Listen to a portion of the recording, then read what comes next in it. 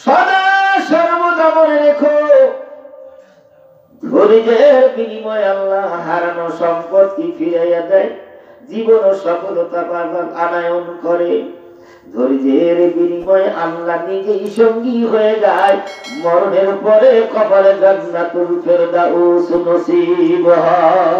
সুবহানাল্লাহ। অধৈর্যের কপালে সফলতা নাই, ধৈর্যের মধ্যে সফলতা লুকানো থাকে, আর অধৈর্যের ভিতরে মানুষের জীবনের অকল্যাণ লুকানো থাকে। তাই নবীজি বলেছেন, তাড়াহুড়া করো না, সমারাতুনা জালাতে নাদামা, তাড়াহুড়া করো না, তাড়াহুড়া করার বিনিময়, ধৈর্যশীলের বিনিময় কপালে লজ্জিত ছাড়া আর কিছুই থাকে না।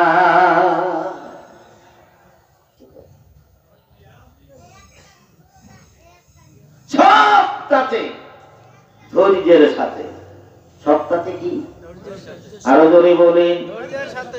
সংসার করবেন ধৈর্যের সাথে, কাজ করবেন ধৈর্যের সাথে, গাড়ি চালাইবেন ধৈর্যের সাথে, নামাজ পড়বেন ধৈর্যের সাথে, শরীয়তের কাজ করবেন ধৈর্যের সাথে, স্বামী স্ত্রী সংসার করবেন ধৈর্যের সাথে।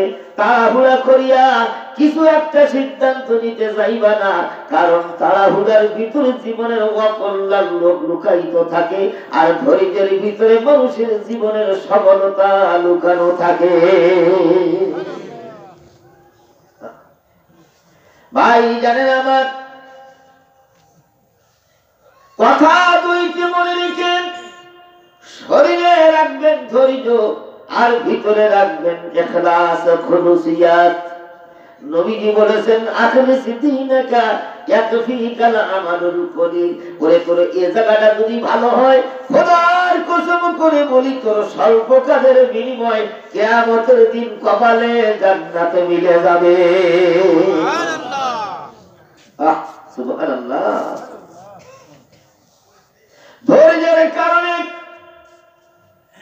আল্লাহ সঙ্গী হয়, ইখলাসের কারণে স্বয়ং আমার আল্লাহ বান্দার সাথে মিশে যায়।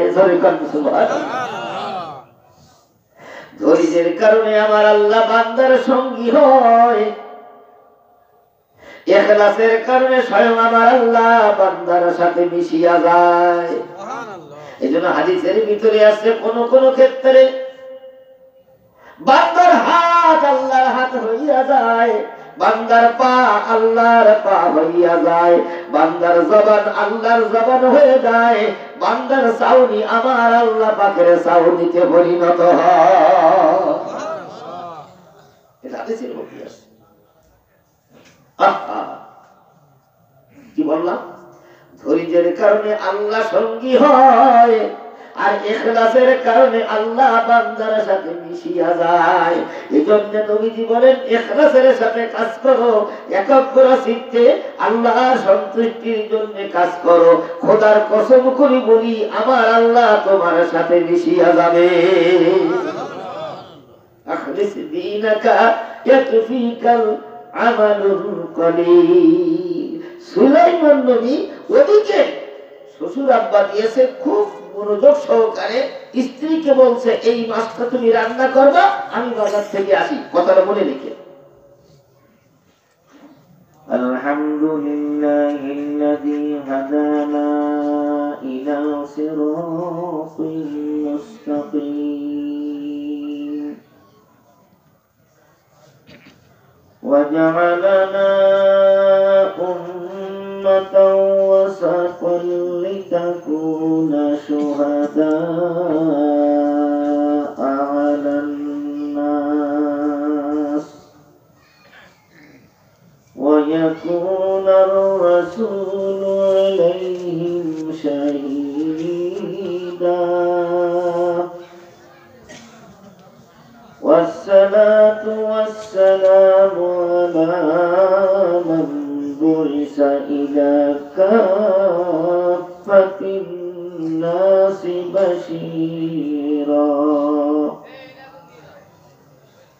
بشيرا ونذيرا وداعيا إلى الله بإذنه وسراجا وقمرا منيرا.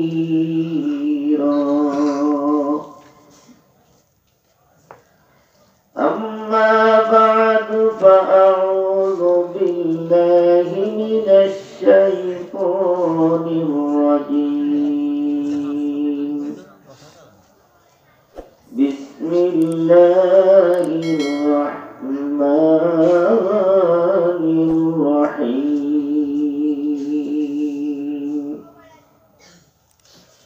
إن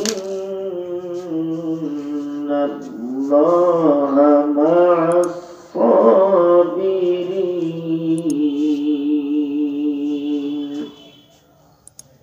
وقال النبي صلى الله عليه وسلم: أخلص دينك يكفيك العمل القليل. صدق الله مولانا العظيم وصدق رسوله النبي الكريم. ونحن على ذلك لمن الشاهدين والشاكرين، والحمد لله رب العالمين. محبতের সাথে একটু দুরূদ শরীফ পড়ি। আল্লাহুম্মা সাল্লি আলা সাইয়্যিদিনা ওয়া নাবিয়িনা ওয়া শাফিঈনা ওয়া হাবিবিনা ওয়া মাওলানা মুহাম্মাদ সাল্লাল্লাহু তাআলা আলাইহি ওয়া আলা আলিহি ওয়া আসহাবিহি ওয়া বারাকা ওয়া সাল্লাম। بلغ العلا بكماله كشف الدجى بجماله حسنت جميع خصاله صلوا عليه وآله। উপস্থিত আজকের ইসলামিক জলসার সম্মানিত সভাপতি মুআজ্জাজ মুহতারাম উলামায়ে কেরাম, সামনে বসা বুজুর্গানে দ্বীন, মুরব্বিনে কেরাম, যুবক ভাইরা, কলিজার টুকরা বাচ্চারা, আশেপাশে শোনার জন্য অবস্থানরতা আমার মা ও বোনেরা, আল্লাহ তাআলার দরবারে শুকরিয়া জানাই যে আল্লাহ পাক আপনাকে আমাকে এই ঠান্ডার ভিতরে একান্ত মায়া এবং দয়া করে বেহেশতের বাগানে এসে জুড়ে মিলে বসে উলামায়ে কেরামের মুখ থেকে কিছু দিনের আলোচনা শুনবার বুঝবার মতো তৌফিক দিলেন। এজন্য সকলে আমরা মন ঢালা প্রাণ ঢালা শুকরিয়া আদায় করে নেই। সকলে বলি আলহামদুলিল্লাহ। আমি কোরআনে কারীমের অগণিত আয়াত থেকে সংক্ষেপে একটা আয়াত তেলাওয়াত করেছি, আর অগণিত হাদিস শরীফের মধ্য হইতে সংক্ষেপে একটা হাদিস তেলাওয়াত করেছি। আল্লাহ পাক যদি তৌফিক দান করেন কিছু কথা আলোচনা করার জন্য চেষ্টা করব ইনশাআল্লাহ। ভাই জানেন আমার, আপনারা সুন্দরভাবে ঘুরে মিলে বেহেশতের বাগানে বসে আছেন ধৈর্যের সাথে। আশা করা যায় আল্লাহ তাআলা আমাদের কাউকে খালি হাতে ফিরাই দিবেন না। অগণিত নেকি বান্দার আমলনামায় নগদে এই মজলিস থেকে আল্লাহ তাআলা লিখে দিবেন। ধৈর্যের বিনিময় শুধু নেকি নয়, ধৈর্যের সাথে স্বয়ং আমার আল্লাহ তাআলা সাথী হয়ে যায়। কারণ ধৈর্য না হলে কোনো কাজে সফলতা অর্জন করা যায় না। এই জন্য ধৈর্যের সাথে যে কাজটা হয় এটা দীর্ঘায়ু হয়। আল্লাহ তাআলা কোরআন পাকের ভিতরে নিজেই বর্ণনা করেন, স্বয়ং আল্লাহ পাক ওই ধৈর্যশীলের নিজেই সঙ্গী হয়ে যায়। তাহলে কাজ করতে হবে ধৈর্যের সাথে, নামাজ পড়তে হবে ধৈর্যের সাথে, রোজা রাখতে হবে ধৈর্যের সাথে, দিনের কাজ করতে হয় ধৈর্যের সাথে। যার ভিতরে আছে ধৈর্য তার জীবনে আছে সফলতা। কারণ আল্লাহ পাক যার সঙ্গী হবে আর সে লস করবে, এটা হতে পারে না। কোন ব্যক্তির যদি ঊর্ধ্বতন কোন কর্মকর্তার সাথে ভালো একটা সম্পর্ক থাকে, তার একটা ভাবধারা আলাদা হয়, ঠিক না? যার সম্পর্ক এমপি সাহেবের সাথে আছে তার একটা ভাবধারা আলাদা, যার মন্ত্রীর সাথে আছে তার ভাব একটা আলাদা, যার সম্পর্ক প্রেসিডেন্টের সাথে আছে তার সম্পর্ক তার ভাবধারা একটা আলাদা। তো আহকামুল হাকিমিন রব্বুল আলামিন যার সঙ্গী, এই লোকের জীবনে লস হবে এটা সম্ভব নয়। এই জন্য নিঃসন্দেহে এর জীবনের সফলতা। তাহলে নামাজ পড়বেন ধৈর্যের কত করে, রোজা রাখবো, কাজ করব, চলাফেরা করব, সাংসারিক জীবন গড়ব, আলহামদুলিল্লাহ। তো মাহফিলও শুনবো ধৈর্যের সাথে, সফলতা আছে। ভাই জানেন আমার, শুধু এখানে শেষ নয়, ধৈর্যের কারণে আল্লাহ যেমন সাথী হয়ে যায়, ধৈর্যের কারণে হারানো সম্পদ ফিরে পাওয়া যায়। অধৈর্য হলে ওটা পাওয়া যায় না। আপনি ধৈর্য ধরবেন, ইনশাআল্লাহ তাআলা দেখবেন যেটা লস হয়ে গেছে ওটা আবার আল্লাহ তাআলা ঠিক করে দিবেন।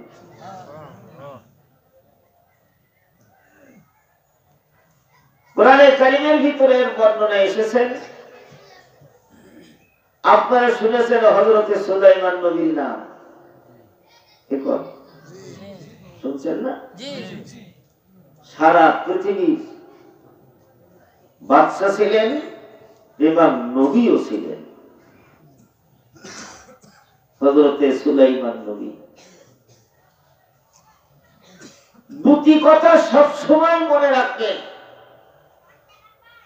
শরীরে ধৈর্য, মনের ভিতরের খুলুসিয়াত। উপরে শরীরে যদি ধৈর্য থাকে আর মনের ভিতরে যদি ইখলাস খুলুসিয়াত থাকে, দুনিয়া আখিরাত মিলিয়া তার সফলতাকে ঠেকাইতে পারবে না।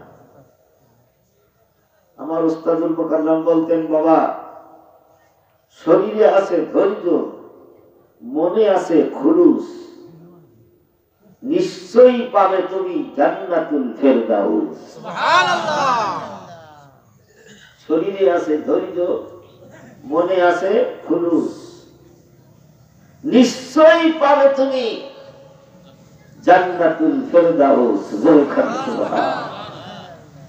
আমি এই দুইটি পয়েন্টের উপরে একটা কোরআনের আয়াত আর একটি হাদিস তেলাওয়াত করেছি। এই দুটি উপরে শরীরে ধৈর্য, মনে ইখলাস। এখন ধৈর্য সম্পর্কে একটু আলোচনা করে নেই। যেটা বলতেছিলাম, হযরতে সুলাইমান নবী অনেক লম্বা চওড়া ঘটনা, যে কোনো কারণবশত ওনার রাজ সিংহাসন, নবুয়াতি সিংহাসন দখল করে ফেলাইলেন এক জিন জাতিকে।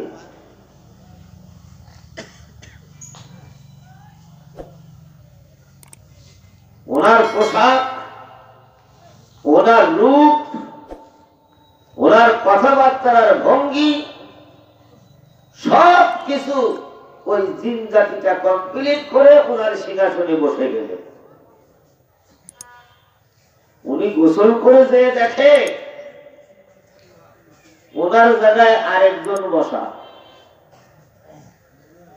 জিনদেরকে আল্লাহ তাআলা এই ক্ষমতা দান করেছে যে কোনো মুহূর্তে যে কোনো রূপ ধারণ করতে পারে।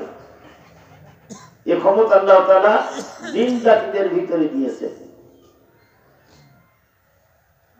উনি চিন্তা করলেন, তাকাই দেখে আমি যদি এখন বলি ও না আমি, কেউ মেনে নেবে না, কারণ রাজপ্রাসাদে তো সে বসা। তখন উনি মনে মনে চিন্তা করলেন, আল্লাহ তাআলা আমাকে পরীক্ষায় ফেলাইছে রাজিত্ব এবং নবুয়ত গিরির ভাবধারা কারিয়ে নিয়ে পরীক্ষায় ফেলাইছে। আর এটা কোরআনে কারিমের ভিতরে আল্লাহ তাআলা বহু জায়গায় বলেছেন, এমন পরিস্থিতি স্বীকার করাইয়া ঈমানদারকে আল্লাহ তাআলা পরীক্ষায় ফেলান। বেঈমান জাতির পরীক্ষা নাই, ঈমানদার জাতির পরীক্ষা হয়। স্কুলের ছাত্র যে হয় তার পরীক্ষা হয়, যে ছাত্র নয় তার কোনো পরীক্ষা নেই। কি তুমি আল্লাহর কাছে সেজদায় পড়ে খালি এই দোয়াটা করলেন, আল্লাহ তুমি করিয়ে নেছো, আমি অসন্তুষ্ট না, তবে তুমি আমার ভিতরে ধৈর্য দিও যে হারাই ফেলেছি বলে তোমাকে যেন হারাইয়া না ফেলি।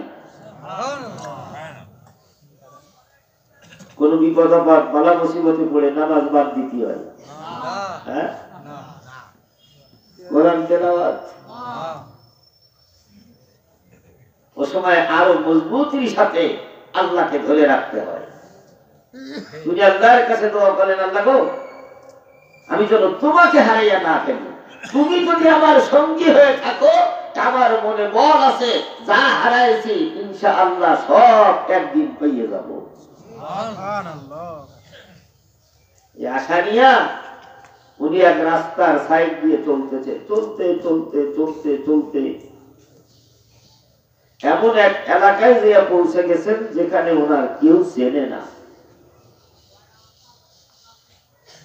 ছোট কাল থেকে কাজ কাম করার অভ্যাস নাই, খাটাখাটনির অভ্যাস নাই। নবী পরিবারে জন্ম নিয়ে সারা পৃথিবীর বাদশাহিত্ব হাতে পালেন। কোন দিকে যায় কি করে নদীর কিনারায় বসে বসে উনি চিন্তা করতেছে আর আল্লাহর কাছে দোয়া করতেছে, আল্লাহ গো এত বড় বিপদে তুমি আমারে ফেলাই দেছো, তোমার পরীক্ষা কি জানি না, তুমি সব কেড়ে নিলে, রাজকীয় পোশাক, তোমার জান্নাতি ঐশী আংটি সব যখন কেড়ে নিয়েছো, কোনো দুঃখ জানি না, তবে তোমাকে যেন হারাইয়া না ফেলি, এক চিন্তা, তুমি ধৈর্য দিও। বসে বসে চিন্তা করতেছে। এমন সময় ওই এলাকার এক জেলে, যে জাল ধরে মাছ মারে, জেলে এসে খেয়াল করে করে দেখে যুবক ছেলে, বেশ চেহারা সুরতে ভালো। উনি চিন্তা করলেন মনে হয় কোন এলাকার কোন সন্তান কাজের সন্ধানে আসছে, ছেলেটা দেখতেছি ভালো, নাদুস নুদুস চেহারা, জন যুবক, শক্তি আছে। তো আস্তে আস্তে কাছে বসে বলছে, বাবা তোমার বাড়ি কোথায়? তুমি আসলে যদিও এখন পথের প্রতি, কিন্তু আসলে তো জাতে নবী, নবিয়ানা আচরণে, নবিয়ানা সুলভ আচরণে জবাব দিতেছেন, চাচা বাড়ি যে বনে আল্লাহ নির্ধারণ করে রাখছে এটা তো আমি জানি না। তার মানে জেলে মনে মনে চিন্তা করছে দুনিয়ার বাড়ি কোন জায়গায়, তাই জিজ্ঞাসা করে আর হযরতে সুলাইমান যদি উত্তর দেয় কবরের বাড়ির কথা, কারণ যেটা আসলে আমরা বাড়ি বলি এটা তো বাড়ি না, কথা ঠিক। কোন ব্যক্তি যদি বাজারে যায় চার দোকানে বসে চা খায়, ওটা কি তার বাড়ি? আসতে পারেন কেন? প্রয়োজন মিটাইতে ওখানে গেছে, বাজারে গেছেন প্রয়োজন মিটাইতে, ওটা বাড়ি নয়। দুনিয়াটা হলো আখিরাতের একটা বাজার, এ বাজারে আসছি প্রয়োজন মিটাইতে, এটা বাড়ি নয়। কি কোন আরো জোরে বলেন, এর যে নয় তোর আসল বাড়ি, কবর যে তোর আসল ঠিকানা। যে কথা শুনে অবাক হয়ে যায়, কি আশ্চর্য, নিশ্চয়ই কোন সৎ পরিবারের সন্তান হবে এ জাতীয় কথা। আল্লাহ তো ঠিক আছে বাবা, তুমি কি কাজের সন্ধানে ঘোরাঘুরি করতেছো? হযরতে সুলাইমান নবী কয়, চাচা দুনিয়ায় যখন জন্ম নিয়েছি কাজ করে তো খাইতে হবে, বসে বসে খাওয়ার জন্য দুনিয়ায় আসি নাই। আল্লাহ তাআলা কোরআনে কারীমের ভিতরে বলেন, হে নামাজীগণ, নামাজ যখন শেষ হয়ে যাবে তোমরা বসে থেকো না, জমিনে বিচরণ করো আর আমার আল্লাহ পাকের হালাল করুণাগুলো রিজিকগুলো তালাশ করে করে না।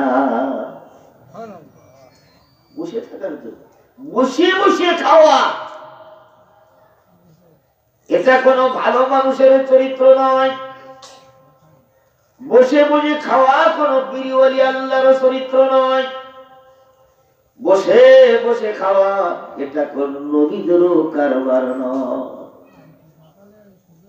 এক একজন নবী এক একটা কাজ করেছে। কি কর, আমাদের নবীজি ছাগলও পর্যন্ত চড়াইছে। আল্লাহ, এই জন্য আল্লাহর নবী হাদিস শরীফের ভিতরে বলেন, জানোনি তোমরা দুনিয়ার সবচেয়ে ভালো খানা কোনটা? সাহাবায়ে কেরাম বলেন, হুজুর আপনি ভালো জানেন, আল্লাহই ভালো জানে। নবীজি বলেন, নিজে হাতে হালাল কামাই করে যেটা খেয়েছো এর চেয়ে ভালো খানা পৃথিবীতে তুমি আর খাও না। এটাই সবচেয়ে দামি খানা, ভালো খানা। ভাই জানেন আমার, জেলে বলে, বাবা তাহলে তুমি কি আমার সাথে জেলেগিরি করবে? হযরতে সুলাইমান নবী মিসকে হেসে দিয়ে বলে, আল্লাহ তুমি রেখেছিলে কোথায়? আর নিচে নামাইতে নামাইতে নিয়ে আসলে কোন জায়গায়? এতে আমার মনে কোনো দুঃখ নাই। আল্লাহ তুমি ধৈর্য দাও যাতে করে আমি সুলাইমান তোমাকে হারাইয়া না ফেলা। এতে আমার দুঃখ নাই। ছিলাম কোথায়? সারা পৃথিবীর বাদশা, আসলাম জেলেগিরিতে। সে নিচের বদর আছে কিনা আল্লাহ জানে, তথাপিও মন খারাপ নাই। মিসকে হেসে দিয়ে বলে, আল্লাহ তুমি বড় পরীক্ষায় ফেলেছ, এতে আমার কোনো দুঃখ নাই। তবে মাবুদ তুমি আমার ভিতরে, আমার শরীরে ধৈর্য ধারণ করার ক্ষমতা দিও, আমি যেন নবী তোমাকে হারাইয়া না ফেলা। আমার মনে বলে, আল্লাহ গো, আমার ধৈর্যের বিনিময় তুমি যদি আমার সঙ্গে থাকো, খোদার কসম যা গেছে, যেটা হারাই গেছে সেটা তুমি আবার ফেরত দিতে পারো।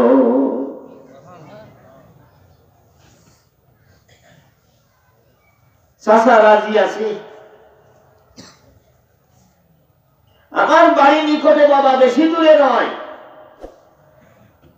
ঠিক আছে, আমি এখানে থাকি, আপনি জাল নিয়ে আসেন। প্রথম দিনে মাছ ধরতে যাইয়া জালের এক সাইডে ধরেন জেলে, আর এক সাইডে ধরেন নবীজি হযরতে সুলাইমান আলাইহিস সালাম। বিসমিল্লাহ বলিয়া জাল ফেলিয়া ওই দিন মাছ পাইছে ভাইজানেরা আমার দ্বিগুণ পরিমাণ। এত মাছ জেগে জীবনে আর কোনোদিন পাই নাই। ছেলেটার মুখের দিকে তাকায় কয়, বাবা বিশ্বাস করো, আনন্দে বুক ভরে গেছে। জীবনে কতই মাছ না ধরলাম, আজকে একবারে যেই পরিমাণ মাছ পাইছি, এত মাছ জীবনে কোনোদিন আমি পাই না। এখানে দুইটা জিনিস চলে যাচ্ছে। একটা হলো জালের গায়ে নবিয়ানা হাত, দ্বিতীয় নম্বরে বিসমিল্লাহ বলিয়া জাল ফেলছে। বিসমিল্লাহর বরকত আর নবিয়ানা হাতের বরকতে আমার আল্লাহ পাক রব্বুল আলামিন দ্বিগুণ পরিমাণ দেছে। সুবহানাল্লাহ। বিসমিল্লাহর বরকত আছে না? আছে। আপনারা কি করেন? আরো জোরে বলেন। আছে। বিসমিল্লাহ বরকত আর নবিয়ানা হাতের বরকতের বিনিময়ে আমার আল্লাহ পাক রব্বুল আলামিন দ্বিগুণ পরিমাণ মাল দিয়েছেন। জেলে খুশি হয়ে যায়, আল্লাহ গো এত মাছ জীবনে কোনোদিন আমি মারতে পারলাম না। ভাই জানেন, আমার কিতাবের ভিতরে আছে সম্ভবত তবুকের যুদ্ধের সময় আখেরি জামানার পয়গম্বর নবী মুহাম্মদ রাসূলুল্লাহ সাল্লাল্লাহু আলাইহি ওয়াসাল্লাম তাবুতে এমন সময় নবীজির এক সাহাবী নবীজির কাছে দাঁড়াইছে, ইয়া রাসূলুল্লাহ বড় বুক ভরা আশা নিয়ে আসলাম, 3 জনের খানা বাড়িতে আছে, যদি আপনি আমাদের খানায় একটু শরীক হইতেন মন বড় ভরে যেত গো নবীজি। আল্লাহর নবী এই দাওয়াতের কথা শুনিয়া তাবু থেকে বাহির হইয়া অমনি সকলের মাঝে প্রচার করে দিলেন, শুনছো দুপুর বেলা তোমাদের জাবেরের বাড়ি দাওয়া। আল্লাহু আকবার। দাওয়াত দিছে কারে? আরো জোরে বলেন। কিন্তু দাওয়াত পৌঁছে দিয়েছেন নবীজি সব সাহাবীদের। কিতাবের ভিতরে লেখেন, নবীজি যখন দাওয়াত পৌঁছে দেয়, একজন নয়, 2 জন নয়, নবীজির সামনে ছিল 1000 সাহাবায়ে কেরাম। দাওয়াত একজনের পৌঁছে দিল 1000 জন। নবিয়ানা হাতের বরকত, এইটা মনে রেখে জালে মাছ দ্বিগুণ কেন হয়? ভাই জানেন, আমার সাহাবী মাথা নিচু করে বাসায় ফিরলেন। বিবি জিজ্ঞাসা করলেন, স্বামী নবীজি কি আমাদের দাওয়াত কবুল করলো না? মন আপনার খারাপ দেখি। সাহাবী বলে, বিবি গো দাওয়াত তো কবুল করেছে, এ দাওয়াত সকলের মাঝে পৌঁছে দিয়েছে। চিন্তা করতেছি খানা 3 জনের, এত সাহাবীর দাওয়াত দিল নবীজি, কেমন করে মিটাই না জানি বেইজ্জতি হইয়া যায় কিনা চিন্তা করতেছি। বিবিও ছিল বড় আল্লাহওয়ালা, আমাদের মতো তো না। বিবি স্বামীর 2 কাঁধে হাত দিয়ে বলে, স্বামী চিন্তা করেন না, সাহাবী কতজন? কয় 1000। দাওয়াত তুমি দিয়েছো না, তোমার দাওয়াতে নবীজি শরীক করে নিয়েছে গো স্বামী। সাহাবী বলে, আমি দাওয়াত দেই নাই, নবীজি আমার দাওয়াতে শরীক করে নিয়েছে। বিবি বলে চিন্তা করো না, আমার মনে বলে আমার আল্লাহ তার বন্ধু নবীকে বেইজ্জতি করবে না। আমার মনে ভাই জানেন, আমার দুপুর বেলা সাহাবায়ে কেরাম নিয়ে নবীজি জাবেরের বাসার সামনে এসে হাজির। ডাক দেয়, জাবের রে, খানা নিয়ে আসো, মেহমান হাজির। গোশতের পেয়ালা আর রুটির পেয়ালা নিয়ে নবীজির সামনে ধরেছেন। নবীজি রুটির পেয়ালাটা হাতে নিলেন, বিসমিল্লাহ বলে একটু থুতু মোবারক রুটির উপরে দিলেন। এরপরে আবার ঢাকনা দিয়ে রেখে দিলেন। গোশতের পেয়ালায় নবীজি বিসমিল্লাহ বলিয়া থুতু দিলেন, এরপরে আবার রেখে দিলেন। সাহাবীকে বললেন, জাবের রে, 1000 সাহাবায়ে কেরাম লাইন দিয়ে বসে গেছে, তুমি এবার বিতরণ করতে থাকো, কিন্তু খবরদার পাত্রের ভিতরে তাকাইবা না। দিতে থাকো, দিতে। সুবহানাল্লাহ। অনেক লম্বা ঘটনা। হযরতে জাবের বলেন, আমি দিতেছি আর সাহাবীরা মন ভরিয়া খাইতেছে। মাঝে মাঝে নবীজি আমাকে বলতেছে, ওখানে আর একটু দাও, ওখানে আর একটু দাও, এখানে আর একটু দাও। এইভাবে করে স্বয়ং নবীজি যেন পরিবেশন করে।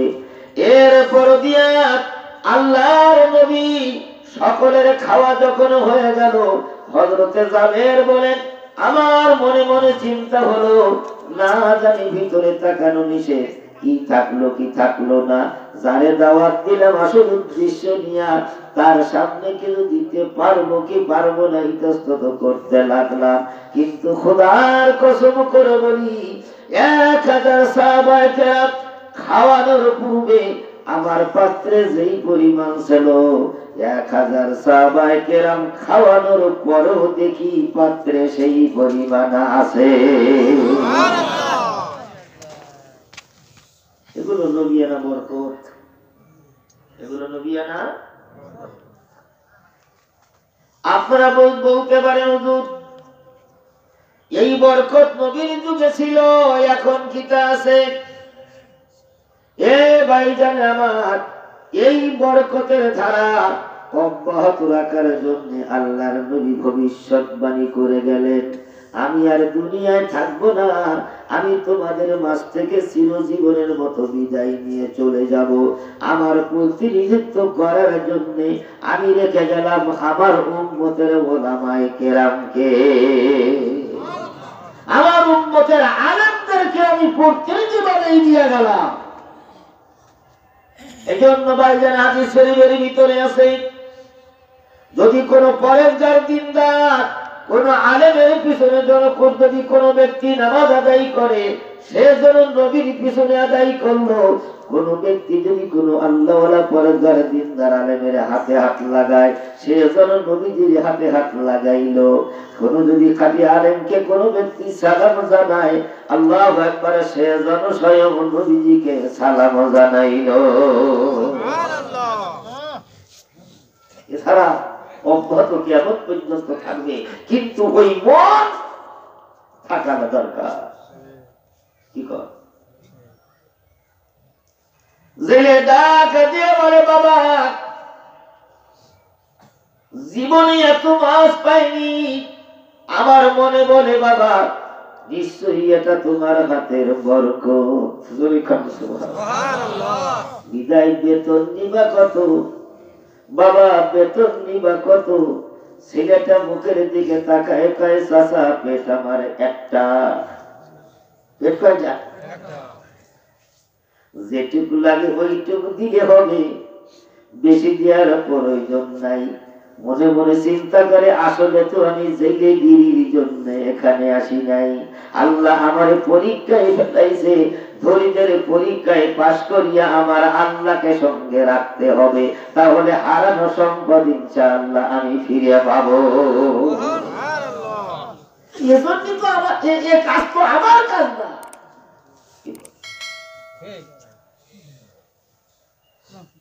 একটা মাছ বিক্রি করলে একজনের পেট চলে যায়, কিন্তু জেলে দিলেন দুইটি।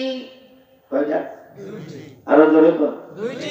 জেলে দিলেন দুইটি। বাবা, এটা হলো বোনাস, এইটা হলো তোমার বেতন। আরো যদি তুমি কিছু চাও, খোদার কসম করে বলি তোমারে আরো দেব। পরের দিন আবার, তারপরের দিন আবার একই ধারা অব্যাহত আছে। এত মাস জীবনে কোনোদিন মেলে না।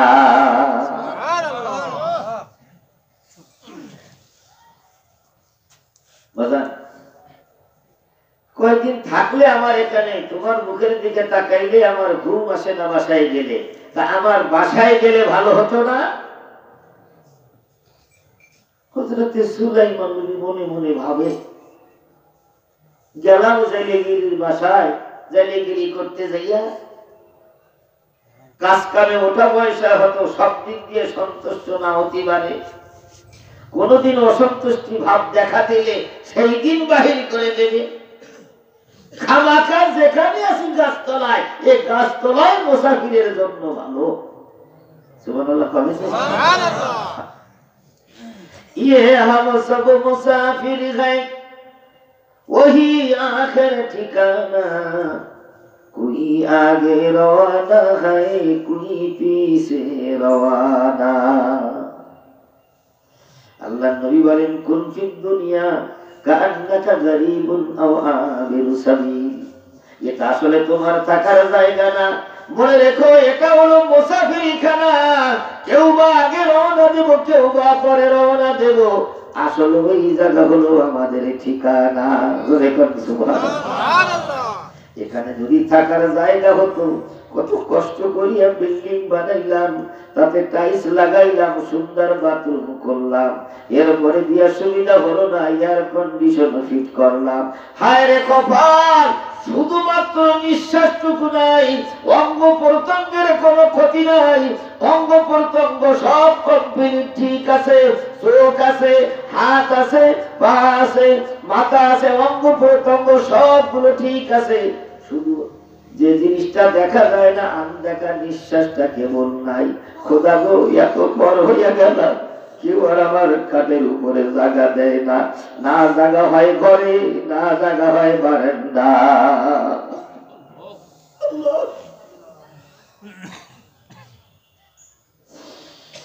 কার জন্য পাগল হইলাম রে? যারে বেশি ভালোবাসতাম, যার কথা মতো সবকিছু করেছিলাম, সেই স্ত্রী নাকে বলে চাচা। যে জায়গায় কবর দেওয়ার চিন্তা ভাবনা করতেছে, বারান্দা থেকে দেখা যায় বাচ্চারা এখানে টিকতে পারবে না। এমন জায়গায় কবর দাও, বারান্দার থেকে যেন নজর না চলে।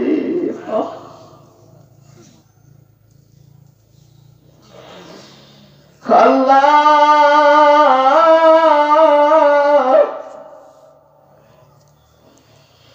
অবুঝ করে বুঝান, এটা আসলে থাকার জায়গা নয়, এটা আসলে থাকার জায়গা নয়, এটা হলো মুসাফিরখানা। এখানের সাথে বেশি প্রেম প্রীতি ভালোবাসা লাগাইও না। তল্লিকিদ দুনিয়া সালাসান ওয়াতুলবু জাওজান সেওয়া। বেশি ভালোবাসা লাগাইও না।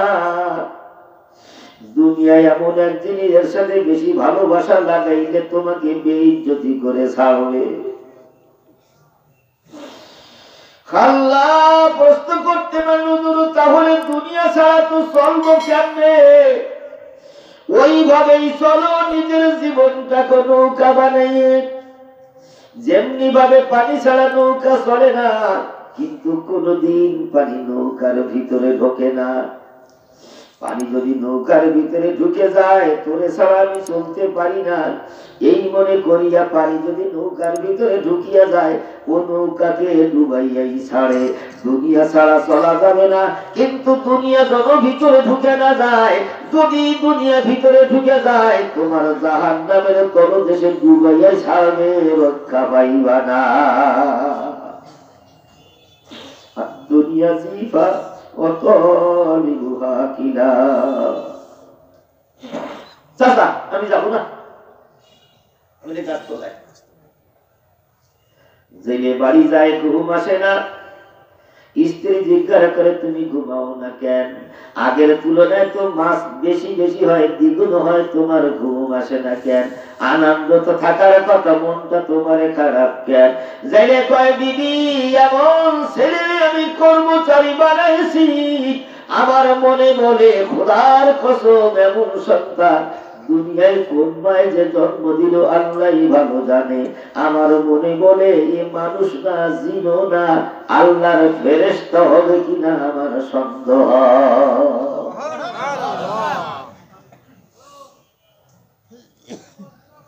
হযরতে সুলাইমান নবীর মনে বিন্দু মাত্র দুঃখ নাই, খালি দোয়া করে আল্লাহ তুমি ধৈর্য ধরার তৌফিক দাও, তোমার জন্য হারাইয়া না ফেলা।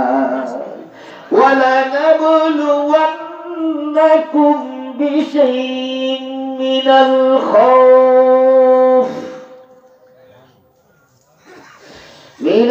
খাউফি ওয়াল জু' ونقص من الأموال والأنفس والثمرات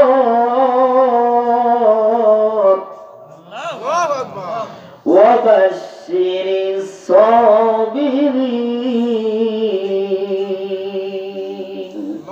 এটা আল্লাহ কোরআনে ধৈর্যশীলদের জন্য সুসংবাদ, সব চলে যাবে। ভাই জানেন আমার, জেলে বলে দিবি খোদার কসম করে বলি, এমন মানুষ দুনিয়ায় হতে পারে এটা আমার জানা নাই। মেয়ে লোকের একটা ভাবধারা দেখবেন, অলৌকিক এই জাতীয় কোন ঘটনা নারীদের সামনে বললে ওরা যতক্ষণ না ডাকে এটা স্থির থাকতে পারে না।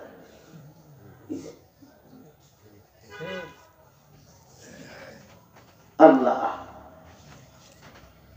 জেলে খানা খাইয়া ঘুম গেছে, জেলের মেয়ে আর জেলের স্ত্রী বাইর হয়েছে, ছেলেটারে দেখবে, বাবার প্রশংসা কিতাবের ভিতরে আসছে। একটু নিকটবর্তী গেছে পয়গম্বর সুলাইমান আলাইহিস সালাতু ওয়াস সালাম, তখন গাছের গায়ে হেলান দিয়া চুপ করে বসে ঘুম ঘুম ভাব। দূর থেকে তাকাই দেখে হালকা রোদ্দুরের তাপ ছেলেটির গায়ে লাগে, যাতে কোনো কষ্ট না হয় পিছন দিকে একটা বিষধর ধাসা মুখ উঁচু করিয়া ফেনা তুলিয়া আল্লাহর বান্দারে বাতাস টানতেছে। মান কানা লিল্লাহি কানা আল্লাহু লাহু ওয়া মান লাহুল মাওলা ফালাহুল কুল। যে আল্লাহর হয়ে যায় আল্লাহ তার হয়ে যায়। তুমি আল্লাহর হয়ে যাও, আল্লাহ তোমার হয়ে যাও। ভাই জানেন আমার, এই অবস্থা দেখে জেলের মেয়ে এবং জেলের স্ত্রী অবাক হয়ে যায়। আল্লাহ গো, সব মানুষের শত্রু দংশন করবেন, কামড়াইবে তা না কামড়াইয়া দেখি ফেনা তুলিয়া বাতাস টানে গো আল্লাহ। আমার মনে বলে এটা দুনিয়ার কোন মানুষ নয়। মেয়ে কয় মা, মানুষ না তা খায়। মা গো, যদি মানুষ না হবে তাহলে খাই তো খায় কেন, বেতন বানায় কেন? আমার মনে বলে পাগল মানুষ, তবে এটা মহামানুষ।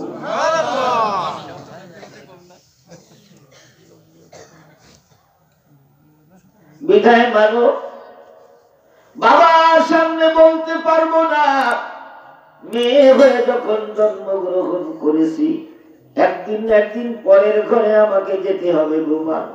তোমার কাছে আমি দাবি জানাই, এই জাতীয় ছেলে যদি আমার জীবনে সঙ্গী হিসাবে, সাথী হিসাবে, স্বামী হিসাবে মিলিয়া যায়, আমার মনে মনে মা আমার জীবন ধন্য হয়ে যাবে। বাবার কাছে বলতে পারবো না, তোমার কাছে প্রস্তাবটা রাখি। তুই পাগল হয়ে গেছো নাকি? বাড়ি নাই, ঘর নাই, একটি মাত্র মেয়ে তুই, তোর বাবা যতই বড় পিসায় হোক না কেন, আমি তো মা হইয়া আর তোর বাবা জন্মদাতা পিতা হইয়া এইভাবে তো নদীতে ভাসাই দিতে পারে না।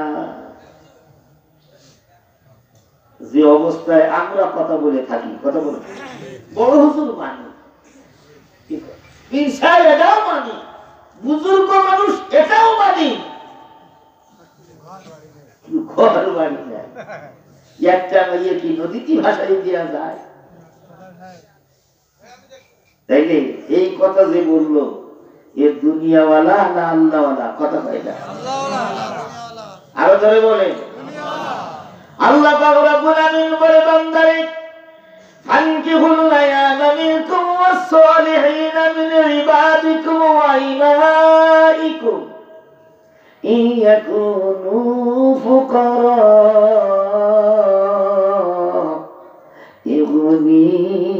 ইগনিহিমুল্লাহু মিন ফাদলিহি ওয়াল্লাহু ওয়াসিউন আলীম।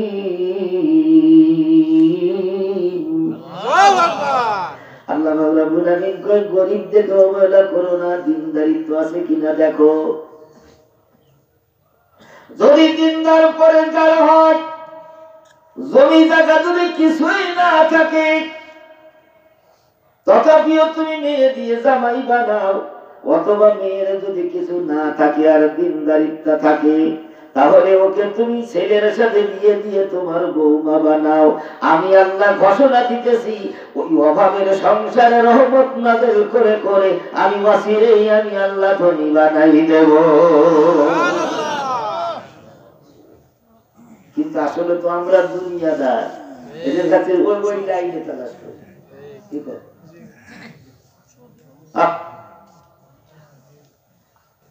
আল্লামা শাবালি থানভী রাহমাতুল্লাহ লেখেন,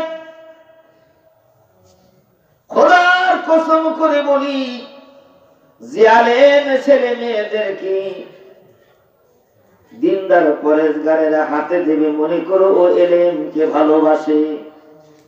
আর যে আলেম এমনটা করবে না, তখন মনে করো ও আসলে এলেমওয়ালা দিনদার পরেজগার না, বরং দুনিয়াদার। তাই মনে মনে চিন্তা করতেছে, আমি তো কোরআন হাদিস পড়ে ভুল করে ফেলাইছি, ছেলে মেয়েগুলারে আর সর্বনাশ করতে চাই না।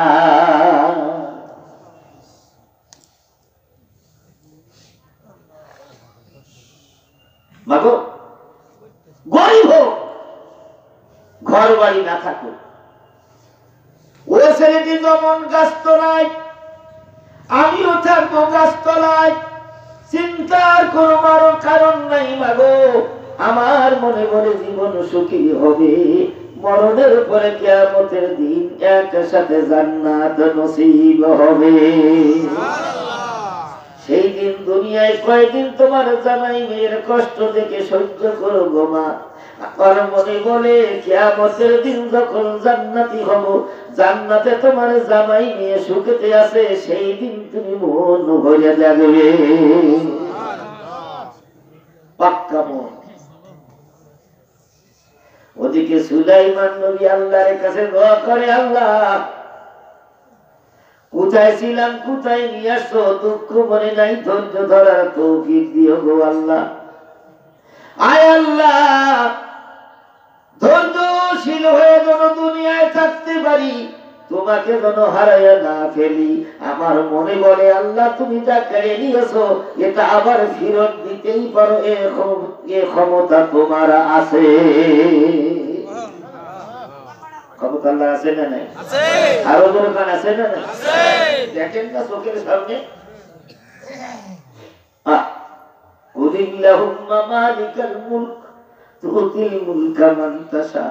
দেখেন না চোখের সামনে কত ধনী দেখলাম সন্তানে দিয়ে কোন রিক্সা চালাইয়া খায়, কথা বলেন। আর কত রিক্সাওয়ালা জীবনে দেখলাম তাদের সন্তানের করে ধার। ক্ষমতা কার? আরো জোরে বলেন, আরো জোরে বলেন। অন্তরে বিশ্বাস আছে তো? শরীরে ধৈর্য মনে খুলুস, শরীরে ধৈর্য মনে খুলুস, মরণের পাবে তুমি পাবে জান্নাতুল ফেরদাউস। সুবহানাল্লাহ। আসতেছি, এতে শেষ করে নেই, এরপরে খুলুসিয়াতে যাব। ভাই জানেন আমার বাসায় যে দিলের সাথে আলাপ আলোচনা হয়, জেলে কয় বিবি আসল রহস্য তো তুমি কিছু চোখে দেখেছো, সবটাই দেখতে পাও নাই। আমি তোমার স্বামী জেলে নিজে উপলব্ধি করেছি, খোদার কসম মারিয়ে রাজি তো আমিও রাজি। তবে সেই রাজি হবে কিনা এটা আমার জানা নাই, আমি আলোচনা মতো দেখতে বুঝলাম। আমার বাসায় গেলে হতো না, চাচা ওই দিন বললাম না দ্বিতীয় নম্বরে চাচা বাসায় যাব, যদিও চাচি আম্মা বলে ডাকি তথাপিও এটা তো শরীয়তে দেখা দেয়া যায় যে নাই। মেয়ে আপনার বয়সটা নিয়ে তার সাথে তো পর্দা করে চলতে হয়, না জানি পর্দার খেলা হয়ে যাবে, আল্লাহ অসন্তুষ্ট হবে। আল্লাহ যদি অসন্তুষ্ট হয়ে যায় আমার জীবন বরবাদ হবে।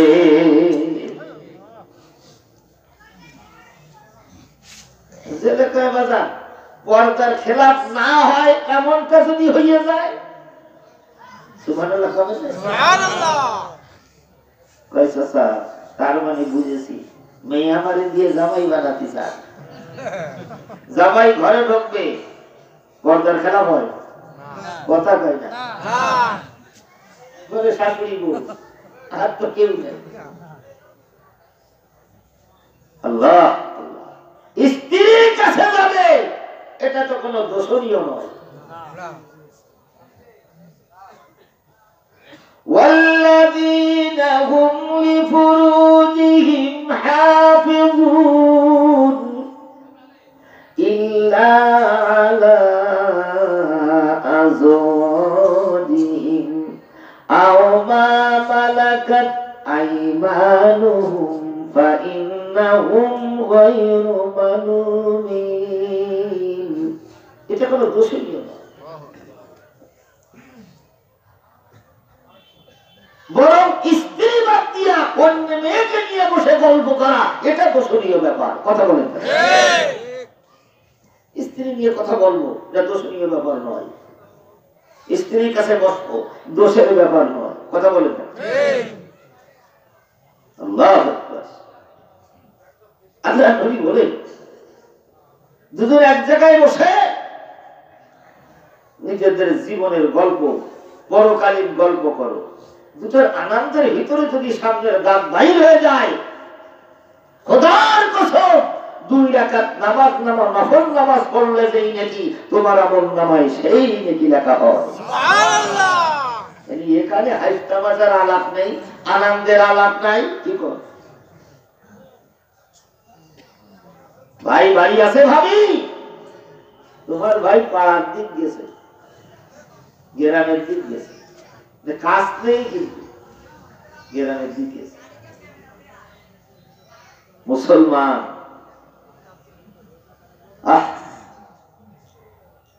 জেলে বলে বাবা সত্যি মনের কথা বলে ফেলাইছো, আমি তোমার মতো ছেলেকে একটি মাত্র মেয়ে আমি মেয়ে দিয়ে জামাই বানাইতে চাই। আমার মনে বলে বাবা তুমি আমার জামাই হয়ে যাও, আমার ইহকাল ধন্য হবে, পরকালও ধন্য হয়ে যাবে। কিয়ামতের দিন কোন আমল যদি আমার কবুল না হয়, আল্লাহর কাছে বলবো আল্লাহ গো এই ছেলেটারে আমি মেয়ে দিয়ে জামাই বানাইছি।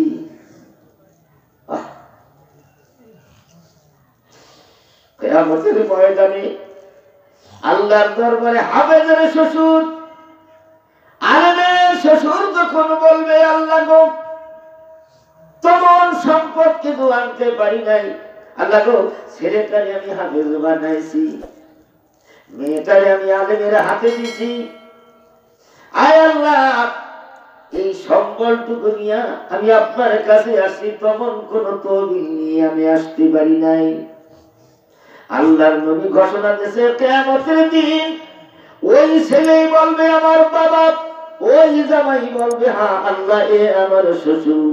আল্লাহর নবী বলেন কিয়ামতের দিন শ্বশুর বাবা যদি জাহান্নামী হয় তথাপিও আল্লাহ জান্নাতের ঘোষণা দিবে। সুবহানাল্লাহ। এই হাদিসের ব্যাখ্যায় আছে মান করা আল কুরআনা فاستظهره فأحل حلاله وحرم حراما أدخله الله الجنة وشفاه بعشرة من أهل بيته كلهم قد وجبت له النار। এই হাদিসের ব্যাখ্যার ভিতরে আছে যদি এরা জাহান্নামী হয় তথাপিও ওদের সুপারিশে আল্লাহ জান্নাতের ঘোষণা দেয়। সুবহানাল্লাহ। ছেলে আলেম হওয়া কপালের ব্যাপার, কথা বলেন না। জামাই আলেম হওয়া কপালের ব্যাপার, বৌমা হাফেজা আলেম হওয়া কপালের ব্যাপার।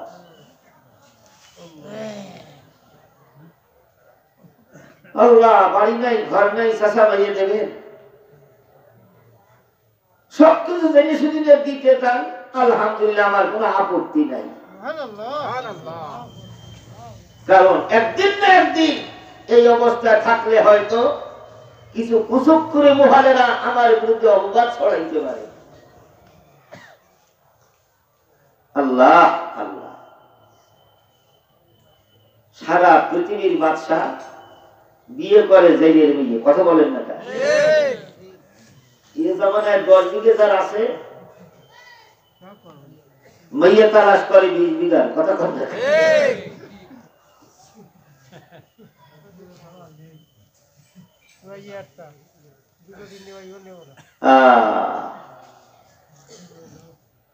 আসলে এইভাবে করে যদি গণনা করা হয় আমার মনে মনে মানুষের কবর করিয়াছি, কিন্তু যাতে মানুষ কিনা সন্দেহ হয়।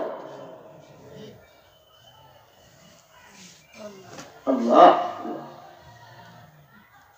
বাবা আজকের থেকে মাস 3টা, আগে ছিল কয়টা? আরো ধরে বলেন 2টা। এখন বিয়ে হয়ে জামাই হয়ে গেছে মাস 3টা। একটা করে বাসায় খাবা আর 2টা উনি একটা বিক্রি করে যা হয় তাই দিয়ে চলে যায়, আর একটা দান করে, একটা বাসায় রান্না করে। শয়তানি আর ধোঁকাবাজি করিয়া আসল রূপকে বেশি দিন গোপন করে রাখা যায় না, কি কথা বলে? ওদিকে যে শয়তান সিংহাসন দখল করেছিল চাই চলন ওটা বসায় ভাব ভঙ্গিতে মানুষের কাছে আস্তে আস্তে ধরা খাচ্ছে, এ মনে হয় সে সুলাইমান নয়।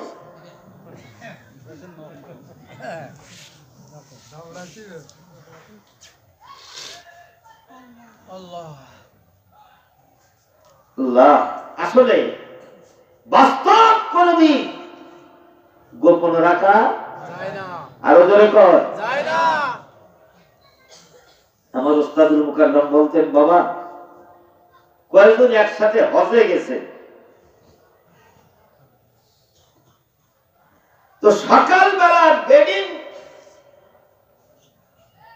এক জায়গায় থাকে না, একটা ওখানে ওরটা এখানে একটা ওখানে, এইভাবে ওলট পালট। তো লোকজন মনে মনে চিন্তা করে বাসার ভিতরে আমরা ছাড়া তো আর কেউ নেই, আমরা এই করি বেশি বেদিন টানাটানি করে। ওর ভিতরে অল্প বয়সের এক লোক ছিল, পয়সা করি হয়েছে, হজে গেছে। ও চিন্তা করছে আজকে ঘুমির ভান করে দেখবো এ কাজ করে কি। আমরা আইসি তো সবাই হজে, দেখে এক লোক সবাই যখন ঘুম গেছে উঠে তখন টানা হেসড়া করিয়া একটা ওখানে ওরটা এখানে এই করিয়ে বেড়াচ্ছে।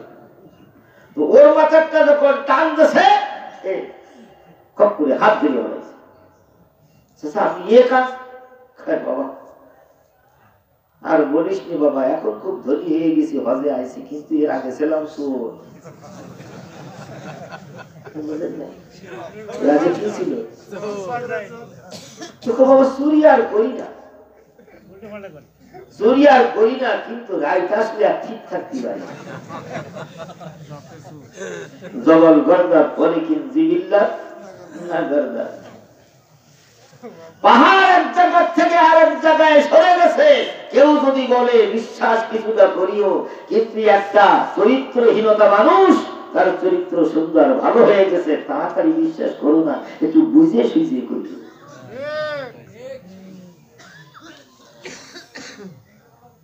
আল্লাহ ধরা খাইয়া যাইয়া সুলাইমানি পোশাক ঝোপ ঝাড়ে আর আংটিটা নদীতে ফেলাই দিয়া রাত্রিকালীনও চলে গেছে।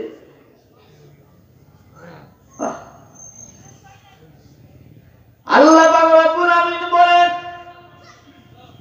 রাতের আধারে আমার দেয়া ওই আংটি আমি সুলাইমান নবীকে দান করেছিলাম। ছিনতাই করিয়া হাতে পড়ে দীর্ঘদিন সিংহাসনে বসে আছো, আর নয় যদিও নদীটি ফেলাই দিয়েছ, দুনিয়ার মানুষ কেউ দেখে না, শুনে রাখো আমি আল্লাহ কিন্তু ঘুমাই না। আমার আল্লাহ কি ঘুমায়? আরো ধরে আরো ধরে কম। চোর চুরি করে আল্লাহ দেখে কিনা? লুচ্ছামি করে আল্লাহ দেখে কিনা? সুদ করে সুদ খায় আল্লাহ দেখে কিনা? রাতের আধারে নিজের স্ত্রীকে বাদ দিয়া পরের নারী নিয়ে ভষ্টি ভষ্টি করো, এটা আমার আল্লাহ দেখে কিনা? আল্লাহ কয় বান্দারে আলাম তাআলাম বিআন্নাল্লাহা ইয়ারা। ও আল্লাহর বান্দা শুনে রাখো, তুমি যেখানেই থাকো না কেন আমি আল্লাহ সেখানেই আছি। তুমি যেটা বলো এটাও শুনি, যেটা আস্তে আস্তে বলো ওটাও শুনি, যেটা টোটাল বলো না অন্তরে কল্পনা আর জল্পনা করো ওটাও আমার আল্লাহর জানা। ওয়াসিরু ক্বালাকুম আবিহারু বিহি ইন্নাহু আলিমুম বিযাতিস সুদূর। আল্লাহু আকবার। আল্লাহ বান্দাদের কল্পনা জল্পনা ওটাও আমার জানা। ঠেকাতে পারবি না, মনে করতেছ কেউ দেখতেছে না, যেখানে কেউ দেখে না সেখানে দেখে তিনজন। কথা বলেন না কেন? দুই কাঁধে দুইজন কথা বলে। আর আমার মহান আল্লাহ, মানুষ কোনদিন একাকী হয় না। যতই একাকী মনে করো না কেন তোমার কাছে আছে তিনজন। দুই কাঁধে দুই ফেরেশতা, এর সে নিকটে হলো আমার আল্লাহ। ওয়া নাহনু আকরাবু ইলাইহি মিন হাবলিল ওয়ারিদ। তোর গায়ের সাহারাদের চেয়েও আমি নিকট।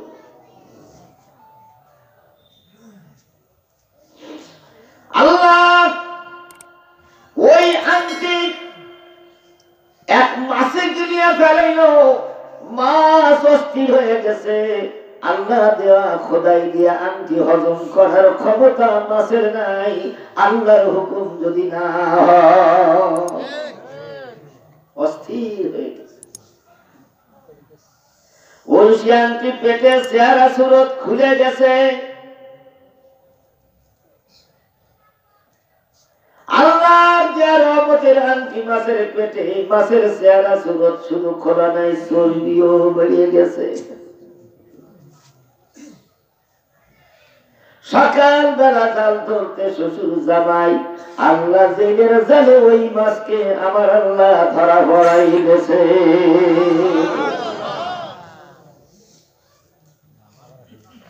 মাছ তুলিয়া কয়, বাবা জীবনে তো বহুত মাছ মারলাম, এমন চেহারাবান মাছ আমি দেখি নাই।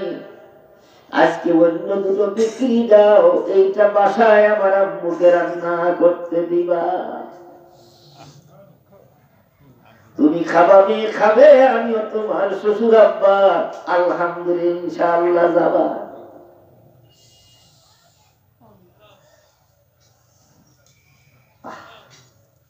আল্লাহ পাক রব্বুল আলামিন হযরত সুলাইমান নবীর ধৈর্যের বিনিময় আল্লাহ সাথে সাথে আছে। জোরে কোন সুবহানাল্লাহ। আছে না? আছে। ইন্নাল্লাহা মাস-সাবিরিন। আমার আল্লাহ সঙ্গেই আছে। এ ভাইজান আমার, সদা সর্বদা মনে রেখো, ধৈর্যের বিনিময়ে আল্লাহ হারানো সম্পত্তি ফিরাইয়া দেয়, জীবন ও সফলতা আনায়ন করে। ধৈর্যের বিনিময়ে আল্লাহ নিজেই সঙ্গী হয়ে যায়, মরণের পরে কপালে জান্নাতুল ফেরদাউস নসিব হয়। সুবহানাল্লাহ। অধৈর্যের কপালে সফলতা নাই, ধৈর্যের মধ্যে সফলতা লুকানো থাকে, আর অধৈর্যের ভিতরে মানুষের জীবনের অকল্যাণ লুকানো থাকে।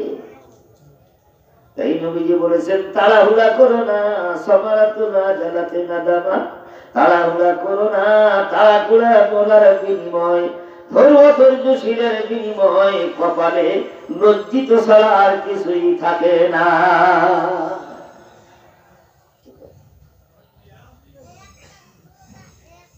সবটাতে ধৈর্যের সাথে। সবটাতে কি? আরো জোরে বলেন।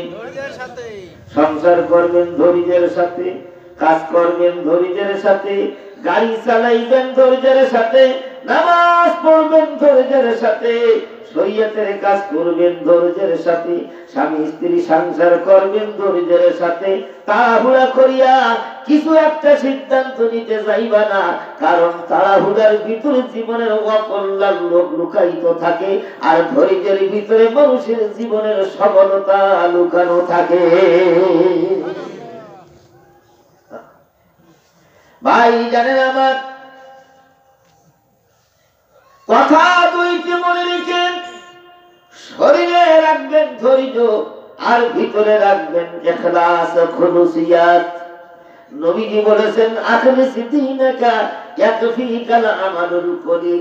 করে করে এই জায়গাটা যদি ভালো হয়, খোদার কসম করে বলি, তোর স্বল্প কাজের বিনিময় কিয়ামতের দিন কপালে জান্নাতে মিলে যাবে। সুবহানাল্লাহ। সুবহানাল্লাহ। ধৈর্যের কারণে আল্লাহ সঙ্গী হয়, ইখলাসের কারণে স্বয়ং আমার আল্লাহ বান্দার সাথে মিশে যায়। সুবহানাল্লাহ। ধৈর্যের কারণে আমার আল্লাহ বান্দার সঙ্গী হয়,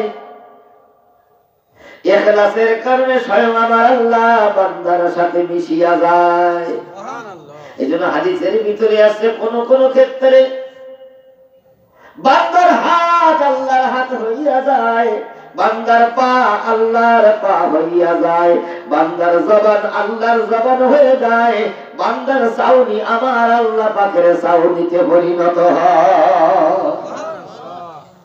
এটা হাদিসের মধ্যে আছে। কি বললাম? ধৈর্যের কারণে আল্লাহ সঙ্গী হয়, আর ইখলাসের কারণে আল্লাহ বান্দার সাথে মিশিয়া যায়। এজন্য নবীজি বলেন ইখলাসের সাথে কাজ করো, একাগ্র চিত্তে আল্লাহর সন্তুষ্টির জন্য কাজ করো। খোদার কসম করে বলি আমার আল্লাহ তোমার সাথে মিশিয়া যাবে। আখলিস দীনাকা ইয়াকফিকাল আমালুল কলিল। সুলাইমান নবী ওদিকে শ্বশুর আব্বা দিয়েছে খুব মনোযোগ সহকারে, স্ত্রীকে বলছে এই মাছটা তুমি রান্না করবা, আমি বাজার থেকে আসি, কথাটা বলে লিখে। তো লোকটা ছিলেন আসলে তো নবিয়ানা চরিত্রবান। তো নবীর সামনে উনি এই পদ্য লিখতে যাইয়া, পদ্যের ভিতরে আছে 4 লাইন, কিন্তু উনি 3 লাইন লেখলেন, আরেক লাইন মনে মিল করতে পারতেছে না। তো আল্লাহর কাছে বলতেছে, আল্লাহ ওর পরে তোমার নবীর সামনে কি লিখবো তুমি কি বলে দিতে পারো না? সুবহানাল্লাহ। আল্লাহ আল্লাহ। বালাগাল্লাহুনা বিকামালিহি কাশাফাত দুজা বিজামালিহি হাসনাত জামিউ খিসালিহি। এমন জায়গায় 3 নম্বর লাইন লাগাই দেশে, পরে আর কথা থাকে না। তার মানে আল্লাহ গো তোমার নবীর চরিত্রের মতো এত সুন্দর চরিত্র পৃথিবীতে নাই। সব সুন্দর চরিত্রের বৈশিষ্ট্যগুলি তার মধ্যে তুমি একত্রিত করে দেছো। হিসাব মতো কথা তো শেষে নেমে যায়, কিন্তু ছন্দ তো পূরণ হইল না। আল্লাহু আকবার। আল্লাহর বান্দা আল্লাহর কাছে কয়, মাবুদ গো তুমি কি বলে দিতে পারো না? আল্লাহ তুমি কি বলে দিতে পারো না ওই জায়গায় কোন ভাষা লাগাইলে এই বলিয়া শুয়ে পড়ছে। মনে বল আছে, একটু হালকা ঘুম ঘুম আসছে। হঠাৎ করে স্বপ্ন যুগে দেখে আখিরি জামানার পয়গম্বর নবী মুহাম্মদ রাসূলুল্লাহ সাল্লাল্লাহু আলাইহি ওয়াসাল্লাম মাথার কাছে আসিয়া দাঁড়াইছে। নবীকে স্বপ্ন দেখা, এ স্বপ্ন সত্য স্বপ্ন, কি কয়? এ স্বপ্নের মধ্যে কোনো ভেজাল। যদি কোনো ব্যক্তি তার নবীকে স্বপ্ন দেখে, আল্লাহর নবী বলেন সত্যি সে আমাকেই দেখেছে, কারণ শয়তান আমার আকৃতি ধরতে পারে না। কিরে কি চাও? অসুবিধা কি হয়েছে? হুজুর আরেক লাইন লিখতে পারতেছি না। কবর বালাগাল্লাউলা পড়ে সবাই, বালাগাল্লাউলা বিকামালিহি কাশাফাত দুজা বিজামালিহি হাসনাত জামিউ খিসালিহি। এই পর্যন্ত যে থেমে গেছে। আল্লাহ নবী মুখ ঘুরাই দিয়ে বলে, বেটা ওর উপরে লাগাই দে সাল্লু আলাইহি ওয়া আলিহি। লাগাই সাল্লু আলাইহি। তার মানে হলো ওই নবী, এবার ওই নবীর পরিবারের উপর রহমত আর বরকত নাযিল হোক। তোমরা সকলেই সেই নবী এবং তার পরিবারের উপরে দরুদ শরীফ পড়ো। শিখাই দিয়ে দিলেন সমস্যার সমাধান। এ ভাই জানেন আমার নবীর চরিত্রের চরিত্রবান যদি কোনো ব্যক্তি হয়, খোদার কসম মনে যা চায় আল্লাহ সেটাই দুনিয়ায় বাস্তবায়ন করে দেয়, কারণ স্বয়ং আল্লাহ পাক তার সাথে মিশিয়া যায়। কথা মনে পড়ে গেল, না বলিয়া পারি না। বেশি দূর যাওয়া লাগবে না। আমাদের ভারতের দেওবন্দের কাছে নানতুল রহমাতুল্লাহ ওনার জীবনীটি দেখুন। ভাই জানেন আমার বোর্ডিং এ খাবার নাই, বাহির হইছে, আমার মনে বল আছে আল্লাহর কাজ যখন করি আল্লাহ আমাকে বেইজ্জতি করবে না, আল্লাহ একটা ব্যবস্থা করে দেবে। উনি রওনা দিয়েছেন আল্লাহর বান্দার সাথে কিভাবে মিশিয়া যায় এটাই আমি আপনাদের জানাইতেছি। ভাইজান দূর দূরান্তে চলে গেছে, কাজে কেউই নেয় না। এলাকার বড় হুজুর হাজিরা খাটতে চাইলে কেউ হাজিরাতে নেয় না। এমন এলাকায় চলে গেছে যে এলাকায় কেউ তারে চিনবে না। কিন্তু কাজ মিলল না। ঘুরিয়া ঘুরিয়া সন্ধ্যাবেলা রেল স্টেশনে ট্রেন স্টেশনে আসিয়া দাঁড়াইছে। সুবহানাল্লাহ। আল্লাহ ওদিকে রেখে আসছি মাছ কাটতে। মনে আছে তো আপনাদের? ধৈর্য গোড়ায় দুই কথা যেন জীবনে ভুলবেন না। দুপুরে শরীরে রাখবেন ধৈর্য, মনে রাখবেন খুলুস। খোদার কসম মরণের পরে পাবা তুমি জান্নাতুল ফেরদাউস।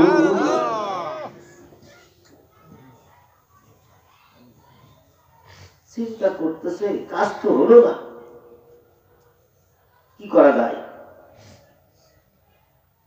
মাগরিবের নামাজ পড়লেন, চুপ করে বসে রইলেন। দেখি কোন মানুষ ট্রেন থেকে নামে কিনা, তার মোট বহন করিয়া কিছু নিয়ে মাদ্রাসায় চলে যাব। আল্লাহ আমার মনে বলে, আমার আল্লাহ আমাকে বেইজ্জতি করবে না। আল্লাহ কিভাবে মিশে যায় কথাটা মনে রেখে। এশার আযান হয়ে গেল, কাজ মিলল না। কাসেম তুমি কয় আকাশের দিকে তাকায়, আল্লাহ আমি তো নিজের পেটের জন্য আসি নাই, আসি আল্লাহ তোমার দিনের জন্য। আমার মনে বলে তুমি বেইজ্জতি করে ফিরাই দিবা না, তবে যতক্ষণ তুমি না দিবা আমিও ফোন করছি ততক্ষণ বাসায় ফেরবো না। আমিও নিয়োগ করছি। বসে গেছে পাখিটা খুলিয়া কোমরে বান্ধিয়া রেল স্টেশনের পাশে। রাজি ভারী হয়ে গেছে। এমন সময় ট্রেন থেকে এক আল্লাহর বান্দা নামিয়া ডাক গেছে, কুলি আছে নাই কুলি, মুঠি আছে নাই মুঠি। কাসেম নানা তুমি লাম্বারে দাঁড়াই যে, হ্যাঁ ভাই আসি, আসি। ভারতবর্ষের বিখ্যাত আলেম, হাজার হাজার মুহাদ্দিসের উস্তাদ, হাজার হাজার পীর ওলি আল্লাহর শিক্ষক কাসেম নানতুবি রহমাতুল্লাহ দাঁড়াই গেছে। আসি ভাই, চিন্তার কারণ নাই, যদি পছন্দ হয় এদিকে আসেন। আমরা তো 3 পাতা পড়তে পারি না, 4 পাতার গ্রাফিটি দেখাই আসলি কথা ঠিক নেই। মানে মনে হয় না এটা কি হই।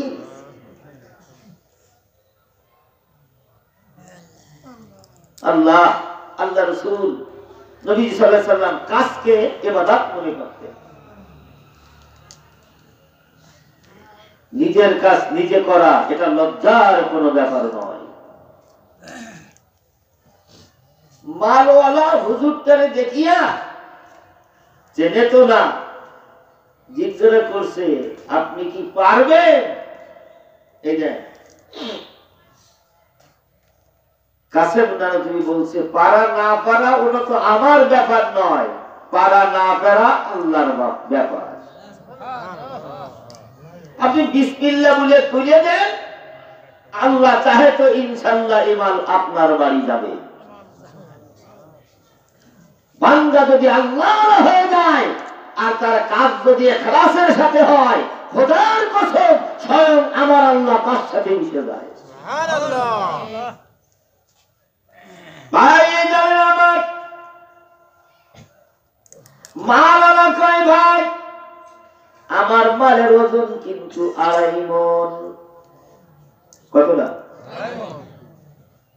হেলাই দিবেন, সর্বনাশ আমার হয়ে যাবে। ভাবনা চিন্তা করে বলেন।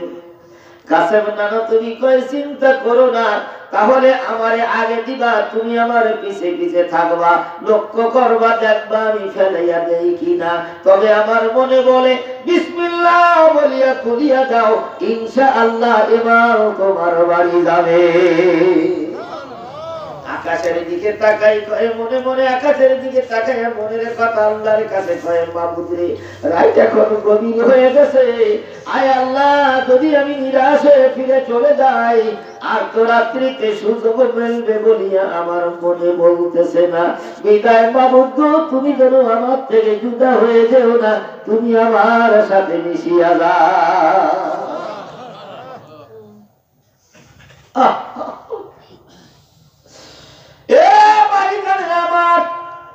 যদি কোন ব্যক্তি দিনের জন্য ইখলাসের সাথে কিছু করে, আল্লাহু আকবার, খোদার কসম করে বলি, ওই লোকের দেখভালের দায়িত্ব স্বয়ং আমার আল্লাহ নিজে হাতে তুলিয়া নেয়। ছেলেটির নিয়োগপত্র হাফেজ সাহেবের হাতে দিলাম।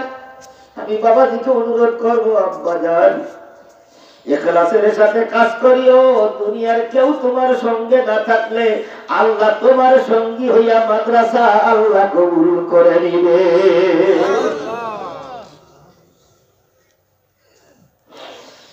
কাছে না কেন তুমি রহমাতুল্লাহ আলাইহি লোকটাকে বলছে ভাই বিসমিল্লাহ বলিয়া তুলিয়া দাও, ইনশাআল্লাহ আমার মনে পড়ে মাল তোমার বাড়ি যাবে। মাল ওরাই দিকে ওদিকে তাকাতাকি করিয়া কোন লোকজন নাই, বিসমিল্লাহ বলিয়া কাসেম নামে তুমি মাথায় মাল তুলিয়া পিছে পিছে হাঁটে, আর কাসেম নামে তুমি রহমাতুল্লাহ আলাই মন মাল নিয়া সামনা সামনি হাঁটে। মাল ওরা তাকাই রাখে, আল্লাহু আকবার, এমন দৃশ্য জীবনে কোনোদিন দেখি নাই।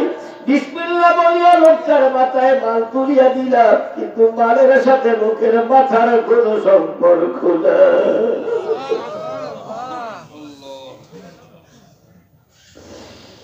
লোকটা স্বাভাবিক ভাবে কাছে জানো তুমি স্বাভাবিক গতিতে নিচে দিয়ে হেঁটে যায়, আর গেট থেকে 2 হাত উপর দিয়া ওই মাল কে যেন উঁচু করে রাখছে, মালটা ভাসিয়া ভাসিয়া যায়। من كان لله كان الله له ومن له المولى فله الكل। ইখলাসের সাথে বাজান কাজ করিও, খোদার কসম করে বলি, তুমি কোন বিপদে পড়িয়া গেলে তোমার জীবনের বোঝা আমার আল্লাহ নিজে হাত ধরিয়া বইবে। মার ওরা অবাক হয়ে গেছে, এমন দৃশ্য জীবনে কোনদিন দেখি নাই। অমনি করিয়া কাছে বান্ধানো তুমি কে জড়ে ধরে কয়, হুজুর দাঁড়ান, এই যে আমার বাড়ি। মাল নিচে নামিয়া জড়ে ধরে কান্দায় কয়, হুজুর আপনার পরিচয় দিবেন, আপনার নাম খানা কি? কয় বাবা মাল তুলে দেওয়ার আগে তো নাম বললে না, জিজ্ঞাসাও করলে না, এখন কোন জিজ্ঞাসা করো তা তো জানি না, আমার নাম কাছে। লোকটার মনে তখন ধাক্কা দিয়েছে, দেওবন্দের কাছে তুমি কথা ভারতবর্ষে সকল মানুষের মাঝে ভেসে বেড়ায় নাম খানি, হুজুর আপনি সেই কাছে বানানো তুমি নাকি? কয়ে বাবা তোমার আন্দাজ একেবারে ভুল না, হুজুর আমারে হাতে ধরি পায়ে ধরি মাফ করিয়া দেন। আপনি বলবেন কি, মাল তো আপনি বহন করেন নাই, আপনার মাথার উপরে কে উঁচু করে রেখেছিল আমি কিছুই বুঝতে পারলাম না। আমি তাকাইয়া দেখি আপনি স্বাভাবিক গতিতে যাইতেছেন, আর কে যেন আপনার মাথার উপরে মালটা উঁচু করিয়া রাখছে।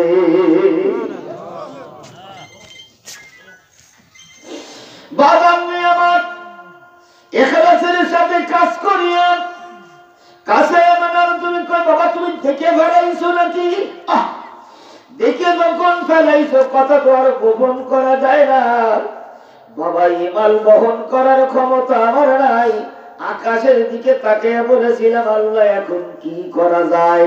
আল্লাহ যখন গাইবি আওয়াজ দিয়ে আমার অন্তরে এলহাম করে কাছে মেরে আমি তোর সাথে মিশিয়া গেছি, বিদায় তুই একটা কাজ কর, তুই বিসমিল্লাহ বলিয়া মাথায় তোর মন বহন করা লাগবে না, আমি কুদরতি হাত দিয়া তোর মাথার উপরে উঁচু করিয়া রাখবো।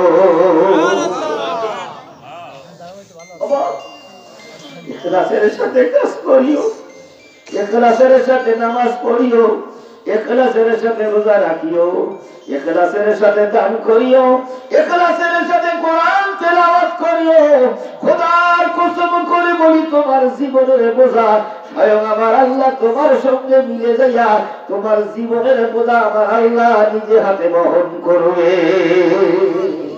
মান কানা লিল্লাহি কানা আল্লাহু লা ওয়া মান লাহুল মাওলা ফালাহুল কুল।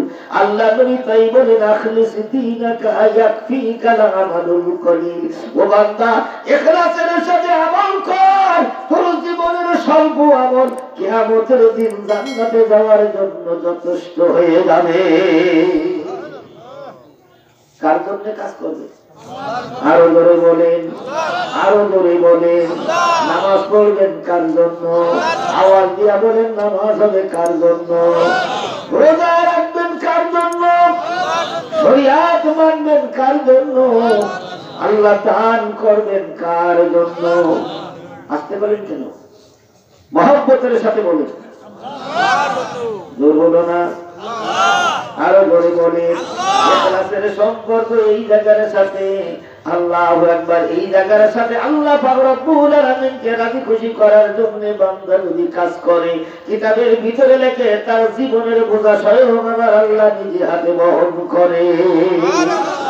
সুলাইমান নবী ওদিকে মাছ কাটতে দিয়া বাজারে যায়, মনে আছে তো আপনার? ধৈর্য ধৈর্য ধৈর্য আর ইখলাস। কষ্ট হচ্ছে আপনাদের? আরো যখন কষ্ট আছে, শীতের ভিতরে যে পেশাবের টুকরো জন্তু নড়াচড়া, হ্যাঁ কেমন লাগতেছে জন ভাই জানেন আমার, আমি আর বেশি লম্বা করবো না। তো আপনাদের কাছে আমি জানাবো, আমরা এই পর্যন্ত যৌতুক শুনলাম যে কোনো কাজ আল্লাহর জন্য করবো, এটা রাজি আছেন আপনারা? আরো যারা কাজ রাজি আছেন? কারা কারা রাজি আছেন হাত তুলে আমার আল্লাহ। নারায়ে তাকবীর, নারায়ে তাকবীর। হাত নামান ভাই জানেন আমার, শীতের রাত, কষ্ট করা শরীর আপনাদের, অনেক বুড়া হড়া মানুষ বসে রয়েছে, মুখের দিক তাকিয়ে দেখতে পাচ্ছি, কষ্ট আপনাদের হচ্ছে। আর বেশিক্ষণ বিরক্তি করব না। ধৈর্যের বিনিময়ে আল্লাহ হারানো সম্পদ ফিরাই দিয়ে ইনশাআল্লাহ মুনাজাত দেব। মধ্যিখানে রেখে দিয়েছিলাম ইখলাসের সাথে কাজ করো, তাহলে আল্লাহ পাক রব্বুল আমিন রাজি হইয়া তোমার জীবনের বোঝা স্বয়ং আল্লাহ বহন করবে। তো মধ্যিখানে আমি ছোট্ট 1-2 মিনিট আপনাদের কাছে একটু দাবি জানাই, ইখলাসের সাথে কাজ করে দুই হাত তুলে আল্লাহর কাছে যা চাই আল্লাহ বান্দাকে তাই দান করে থাকে। এ পূরণ করার ক্ষমতা আল্লাহর আছে, কি কোন আছে না? আরো ধরে কোন আছে না নাই? ভাই জানেন আমার, হযরত সুলাইমান নবী বাজারে চলে যায়, শ্বশুরের হাতে দিয়া সুন্দর মাছটা বিবিকে বলেন, বিবি গো কাটিয়া সুন্দর করে রান্না করো, দুপুর বেলা শ্বশুর আব্বা বাবার দাওয়া। শ্বশুরকে কি বলতে হয়? আসতে পারে? জন্মদাতা পিতা যেমন নাকি সম্মান পাওয়ার যোগ্য পিতা হিসাবে, স্ত্রীর বাবাও পিতা হিসাবে সম্মান পাওয়ার যোগ্য। আল্লাহ নবী বলেন, আল আবাউ সালাসা, আবাউ মান ওয়ালাদাকা ওয়া আবাউ মান যাওজাতিকা ওয়া আবাউ মান তাআল্লামাকা ওয়া খায়রুল আবাই মান তাআল্লামাকা। জন্মদাতা পিতা ওটাও বাবা, স্ত্রীর জন্মদাতা পিতা সেও তোমার বাবা, আর যে তোমাকে পরকালীন জ্ঞান শিখাইছে, শিক্ষা দিয়েছে, শিক্ষা গুরু সেও তোমার বাবা। খবরদার রান্না খারাপ। স্ত্রী মাছ কাটে, হঠাৎ করে মাছের পেটে কি যেন দেখা যায় রে, দেখা দেখি করে শ্বশুর, দেখা দেখি করে মেয়ে, কিন্তু বোঝে না জিনিসটা কি। আসলে এ জিনিস তো একমাত্র যে চেনার যোগ্যতা রাখে তার নাম হইল হযরতে সুলাইমান নবী। এ মতে ঘর সিজরাদানি কেসি, এ মতে খোদরা নাদানি আহমকির, কদরে বুলবুল বুল বেদান দিয়া বেদান দশা পরি, কদরে গৌহর সব দানদ ইয়া বেদানাদ জওহরি। আল্লাহ আল্লাহ। ভাই জান্নাত এক কদম দুই কদম করতে করতে বাসায় ফিরল হযরতে সুলাইমান নবী। আর আল্লাহর কাছে বলে, মাবুদ রে, না জানি এই পরীক্ষা কতদিন চলবে, তথাপিও খোদা গো, আমি জেলেগিরি করিয়া মাছ ধরিয়া এখন বাজারে মার্কেটে নিয়ে বিক্রি করি। সকলে আমারে জেলে জেলে বলে আখ্যায়িত করে, এতে আমার মনে কোনো দুঃখ নাই। তুমি ধৈর্য ধরার তৌফিক দাও গো আল্লাহ, আমি যেন তোমাকে হারাইয়া না ফেলি। আমার মনে বল আছে আল্লাহ, তুমি যদি ধৈর্যের গুণ দাও, তুমি বান্দার সঙ্গী হয়ে থাকো, বিদায় আমি হারানো সম্পদ ইনশাআল্লাহ আবার ফিরাইয়া পাবো। এক কদম দুই কদম করতে করতে বাড়ি আসে, বিবি অমনি করে সামনে যায়, কয়ে স্বামী গো, জীবনে কত মাছ বাবা মারলো আর কত মাছ আমি কাটলাম, এমন দৃশ্য মাছের পেলে কোনোদিন দেখি নাই, এই দেখো। কয় কই? আল্লাহ হাতে নিয়া হযরতে সুলাইমান নবী আলহামদুলিল্লাহ বলে চিৎকার মারিয়া উঠলেন। আল্লাহু আকবার বলে চিৎকার মারিয়া উঠলেন, পাইছি রে পাইছি, হারানো সম্পদ আল্লাহ আমারে ফিরাই দিয়েছে। এতদিন পর্যন্ত জেলেগিরি করেছি খোদা, ধৈর্যের সাথে তোমাকে যেন হারাইয়া না ফেলাই। আমার মনে বলছিল হারানো সম্পদ একদিন না একদিন তুমি ফিরাইয়া দিবা। আল্লাহ। মা নাসাখ মিন আয়াতিন আও নুসিহা নাআতি বিখাইরিন মিনহা আও মিসলিহা ইযা ইশতাদ্দাত বিকাল বালওয়া ফাফাক্কিরি ফি আলাম নাশরাহ ফাহসুরুন বাইনা ইসরাইনি ইযা ফাক্কারতাহু ফাফরা। মধ্যখানে বিপদে পড়ে গেছো বলে নিরাশ হয়ে আল্লাহকে ভুলে যেও না। বান্দার মধ্যখানে বিপদ থাকলে আগে থাকে শান্তি আর পরে থাকে আরেক শান্তি, দুই শান্তিকে বেষ্টন করে দিয়ে আল্লাহ মধ্যখানে একটা বিপদ বান্দার জন্য বাজেট করে দেয়। ওই বিপদে বান্দা যদি ধৈর্য ধারণ করে, আগেও যেমন ছিল শান্তি, এরপরও আমার আল্লাহ পাক রব্বুল আমিন দিতে পারে আরো শান্তি। ক্ষমতা কার? আরো ধরে বলেন কার? নিরাশ হয়ে বান্দা যদি আল্লাহ থেকে দূরে সরে যায়, কপাল পুড়িয়া যায় বান্দা, বাপ কপাল পুড়িয়া যায়। এই জন্য হযরত আলী বলেন, খবরদার, ফাইন্না মাআল উসরি ইসরা, ইন্না মাআল উসরি ইসরা। আল্লাহু আকবার। আল্লাহ ইযা ইশতাদ্দাত বিকাল বালওয়া ফাফাক্কিরি ফি আলাম নাশরা। বান্দা রে, বিপদ আপদ বালা মুসিবতে পড়ে তুমি আল্লাহকে ভুলে যেও না, এটা তোমার জীবনের পরীক্ষা। তুমি ছাত্র বলিয়া, তুমি ইমানদার বলিয়া, তুমি ছাত্র বলিয়া আল্লাহ তোমার পরীক্ষায় ফেলেছে। বেঈমান কাফের বেজাতিদের দিকে তাকায়া দেখো না, ওরা যেহেতু আবার আল্লাহর ছাত্র না, ওদের জীবনে কোনো পরীক্ষা না। কিছু বুঝলাম, বললাম বিসমিল্লাহ বলিয়া হাতে আংটি পরে হঠাৎ করে চতুর্দিক থেকে যেন শাসা শব্দ কি যেন একটা ঘটতে যাচ্ছে। দেখতে না দেখতে হঠাৎ করে সুলাইমানি সিংহাসন সামনে আসিয়া হাজির। আরো জোরে সুবহানাল্লাহ। দেউ বইরা আসিয়া হাজির, পশু পাখি হাজির। একই দেখতেছি, তুমি আমার বাবা বলেছো, মা বলেছিল, তুমি মানুষটা অন্য কিছু সন্দেহ হয় এমনটা যেন ভাব দিছি। একই দেখতেছি, কি দেখতেছি, হযরতে সুলাইমান নবী, বিবি মন খারাপ করো না, তুমি বড় কপালওয়ালা মেয়ে লোক। জোরে কান সুবহানাল্লাহ। আরো জোরে সুবহানাল্লাহ। তুমি বড় কপালওয়ালা মেয়ে লোক, যে যা চায় সে তা পায়, বিধি কারোর বাম নয়। আল্লাহ যে যা চায় সে তা পায়, বিধি কারোর বাম নয়। মান জাদ্দা ওয়াজাদা। কথা বলে আরো ধরে কম। ও বিবি, তুমি বড় কপালওয়ালা। তুমি কিন্তু এতদিন কি ভেবেছো জানি না, তুমি কিন্তু আসলে জেলের বউ না, জেলের মেয়ে হতে পারো, কিন্তু পরকাল আল্লাহর দিকে তাকাইয়া সামনে অগ্রসর হওয়ার কারণে আল্লাহ তোমাকে জেলের বউ বানাই নাই রে বিবি। আল্লাহ পাক তোমাকে কবুল করিয়া সারা পৃথিবীর বাদশার স্ত্রী আল্লাহ বানাই দিয়েছে। ও বিবি, এই হারানো সম্পদ ফিরে পাওয়ার জন্য ধৈর্যের পাহাড় হইয়া তোমার বাবার সাথে জেলে গিরি করেছি। আসলে আমি জেলে নয় বিবি গো, আমি হলাম দুনিয়ার সুলাইমান নবী।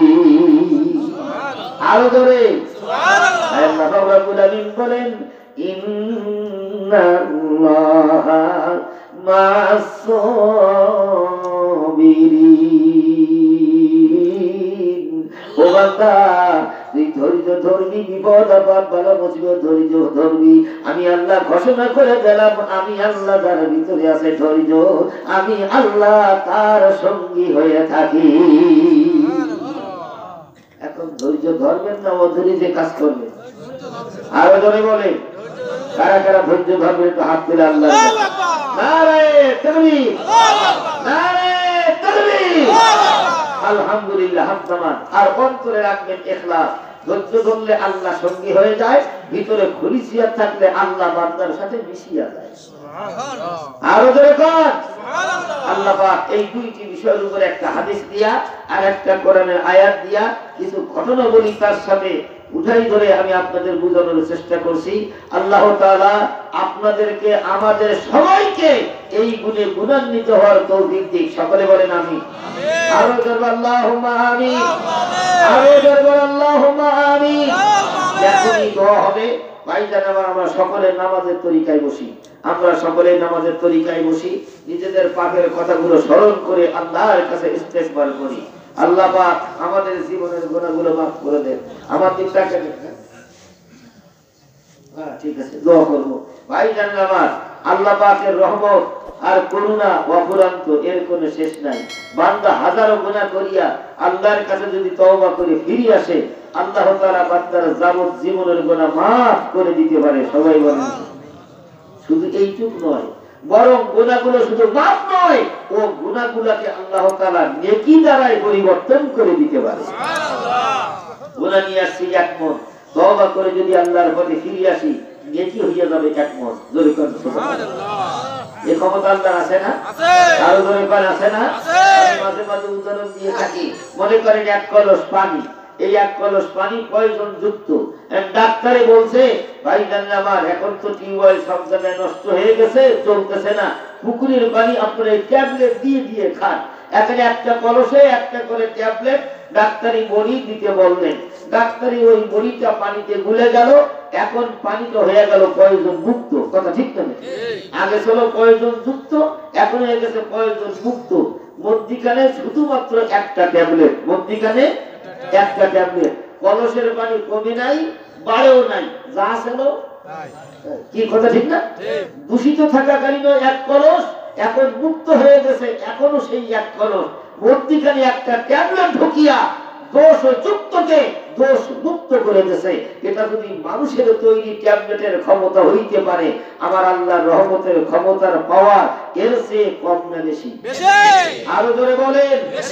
আল্লাহ তাআলার রহমতের পাওয়ার এর চেয়ে বেশি না কম? তাই যদি হয়, তাহলে বান্দা মনে করেন জীবনে গুনাহ নিয়ে আসছে এক মন। বান্দা যদি তওবা করিয়া আল্লাহর দরবারে ফিরে আসে, আর আল্লাহ যদি রহমতের দিকে তাকাইয়া ওর উপরে রহমতের এক ফোঁটা দেয়, তাহলে এক ফোঁটা রহমতের কারণে বান্দার জীবনের এক মন গুনাহ এক মন নেকিতে পরিণত হয়ে যায়। সুবহানাল্লাহ। এই ক্ষমতা আল্লাহর ছাড়া দুনিয়ায় কারণ নাই। এজন্য একটু মেহেরবানি করে নিজেদের পাপের কথাগুলো স্মরণ করে আল্লাহর কাছে আমরা ইস্তেগফার করি। আস্তাগফিরুল্লাহ।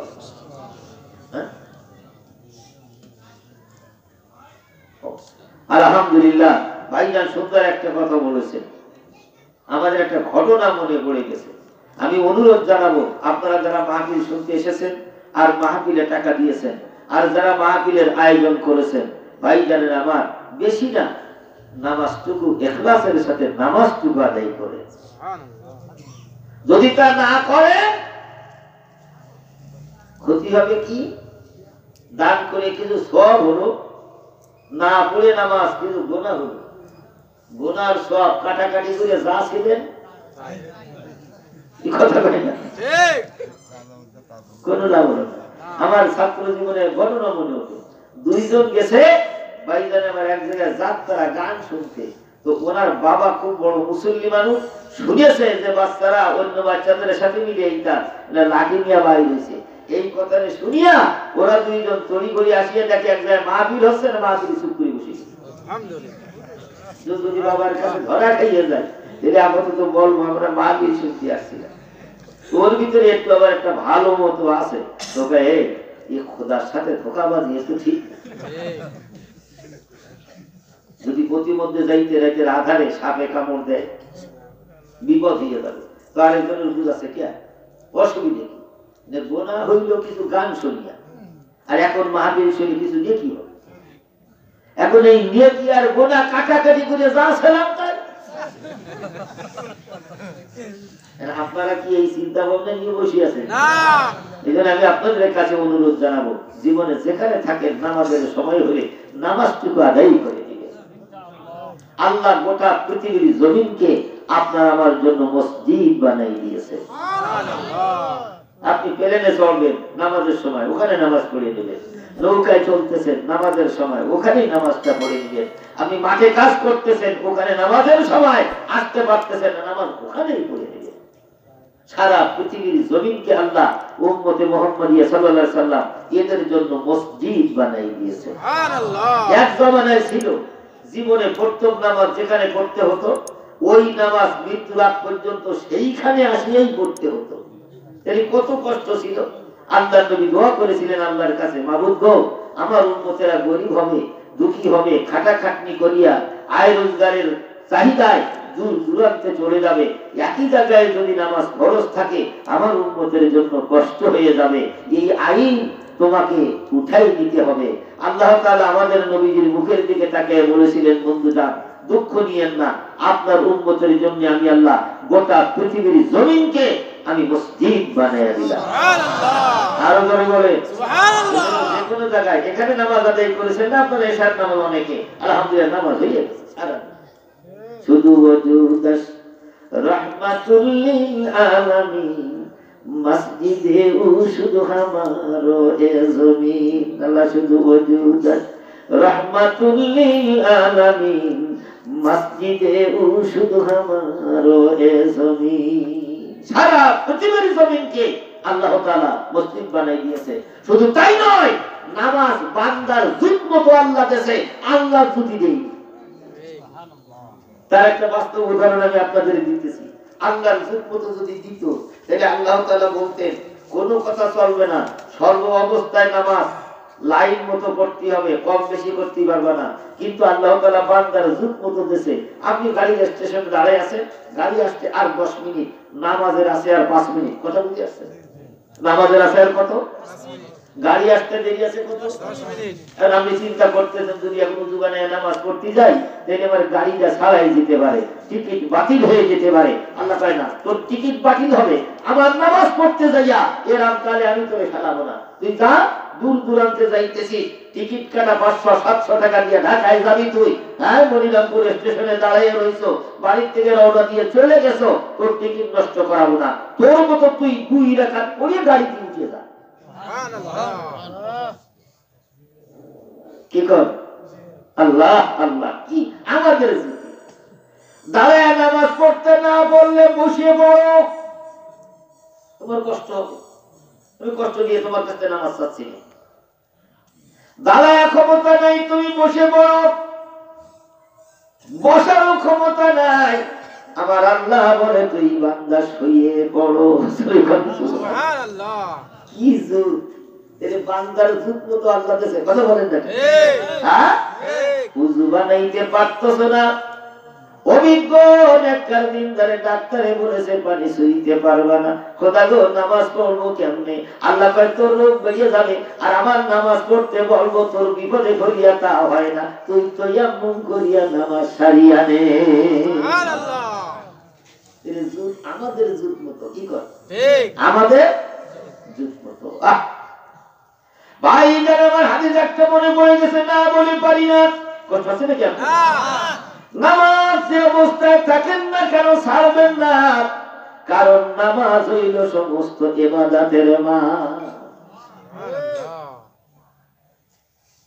আয়েশা সিদ্দিকা, আপনারা যারা হজে গেছেন, আমি সুন্দর একটা নমুনা নিয়ে আপনাদের বলে দিতেছি। দেখেন, মসজিদে নববীর সাথে নবীজির রওজা লাগানো, এই নবীজির রওজা যেই জায়গাটায়, এই জায়গা ছিল মা আয়েশা সিদ্দিকার হুজরা, এটা ছিল নবীর বাড়ি। মা আয়েশা সিদ্দিকা রাদিয়াল্লাহু তাআলা ওখানে থাকতেন। ওখান থেকে খুব বেশি হলে 20 কদমের বেশি একেবারেই হবে না, আমি মাপি নাই, তা আনুমানিক। এরপরে নবীজির মেম্বার, ওইখানে লম্বা চওড়া একটা হাদিস লেখা আছে, মা বাইনা বাইতি ওয়া মা বাইনা মিনবারি হাযা রাওযাতুম মিন রিয়াদিল জান্নাহ। আল্লাহু আকবার। নবীজি বলেন, ওই হলো আমার বাড়ি আর এই হলো আমার মিম্বার, মধ্যখানে যে এই জায়গাটা দেখতেছো, এই জায়গাটা হলো জান্নাতের বাগান। সুবহানাল্লাহ। আল্লাহ। নবীজি মিম্বারে বসে যখন কথা বলতেন, আয়েশা সিদ্দিকা ঘর থেকে কথাগুলো সব সুন্দরভাবে শুনতেন। মাঝে মাঝে আল্লাহ আল্লাহ, মাঝে মাঝে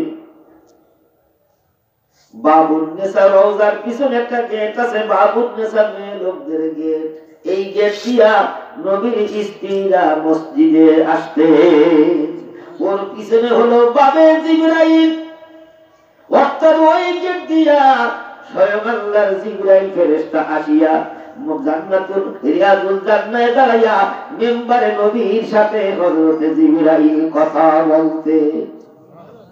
নবীজি নামাজে ওয়াজ করতেছেন, বাবে জিবরাইল দিয়া জিবরাইল ফেরেশতা আসিয়া রিয়াদুল জান্নাহে দাঁড়াইয়া নবীর কাছে শুনাই দিলেন, নবীজি গো, এটাও আপনি ওদেরকে বলিয়া দেন, যদি কোন ব্যক্তি ইচ্ছাকৃত আমার আল্লাহর এই নামাজটা ছেড়ে দেয়, যে নামাজটা বান্দার যুগ মতো আমার আল্লাহ দিয়েছে, এরপরে যদি বান্দা ছাড়িয়া দেয়, তাহলে 2,88,00,000 বছর জাহান্নামে জ্বলতে হবে।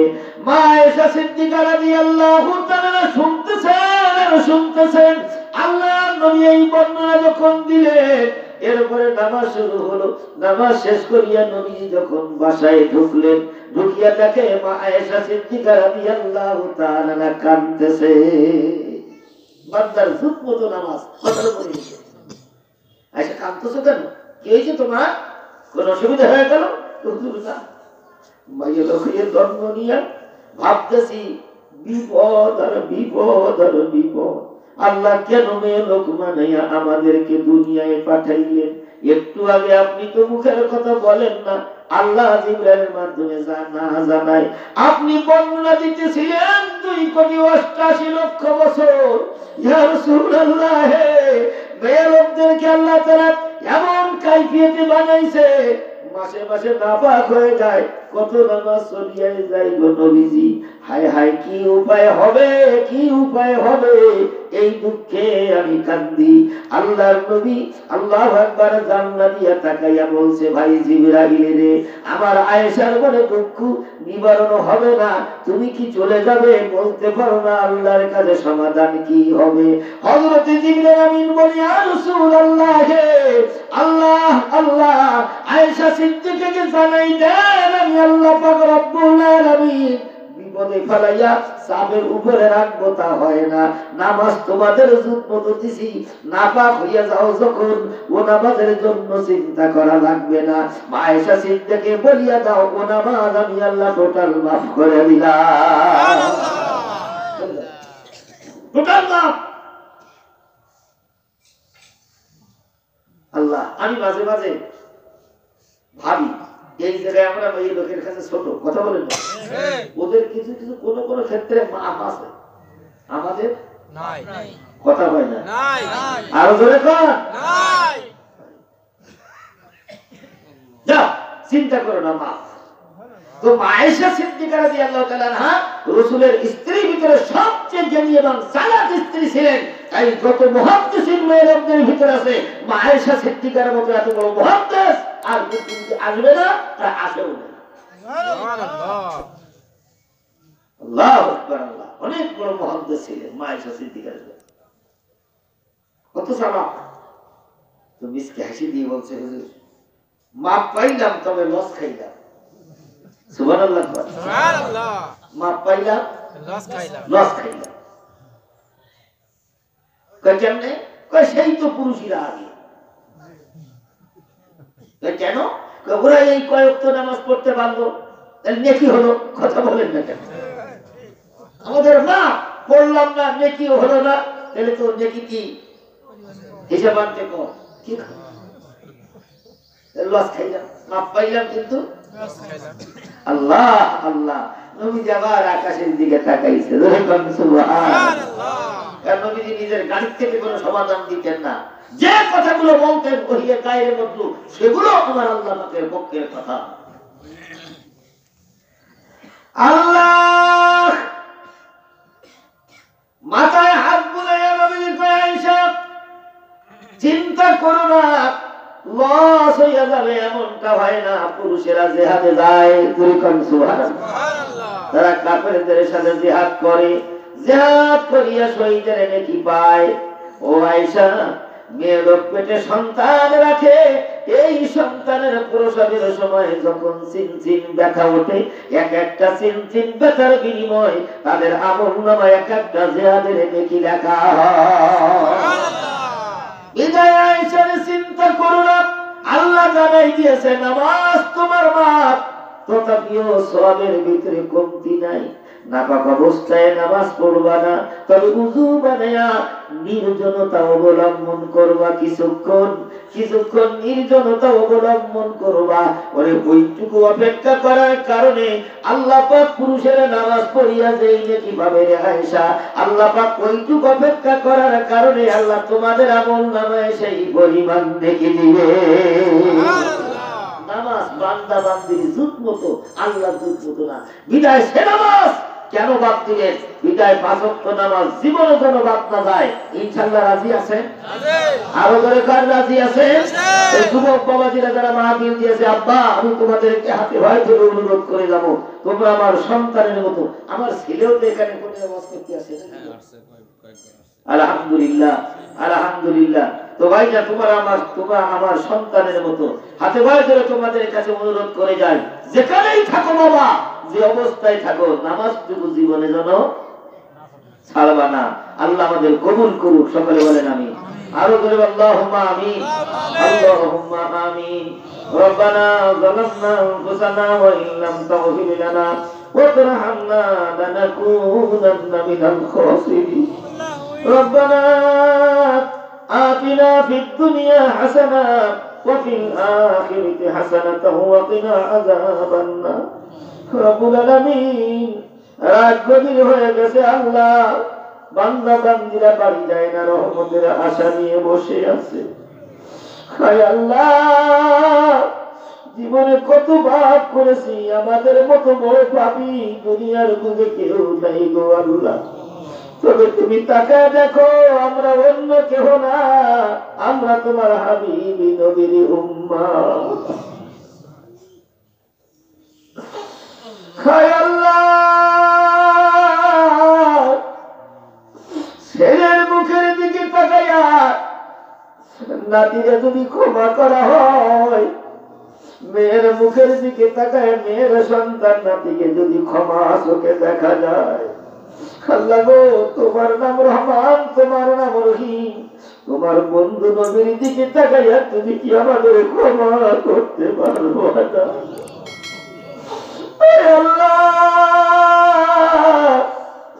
তুমি পাপের দিকে তাকাইয়া গজব নাযিল করে দিও না।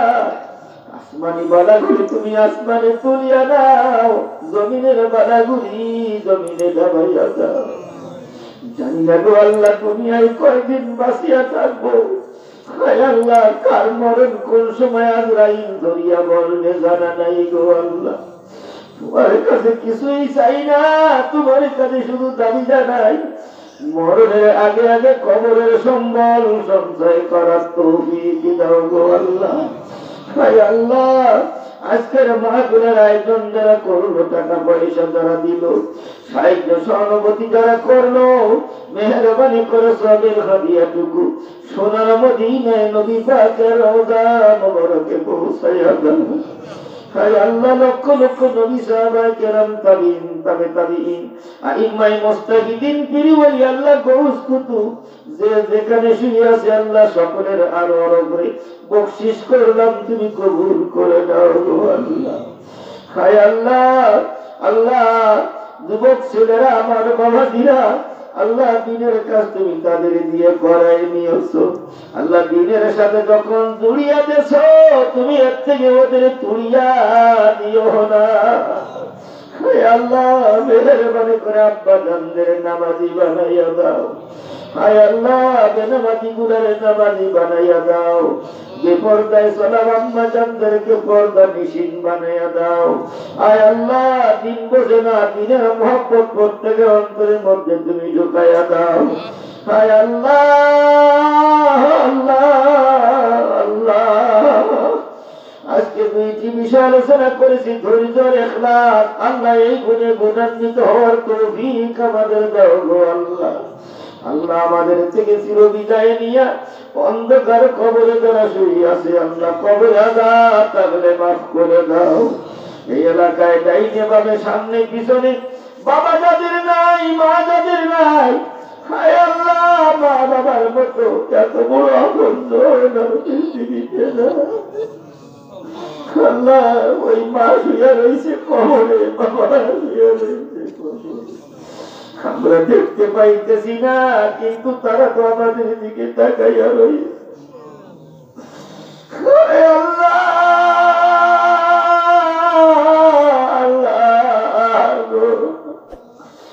মা বাবাকে তুমি কষ্ট দিও না, তাদের কবরকে বেহেশতের বাগান বানাইয়া দাও গো আল্লাহ।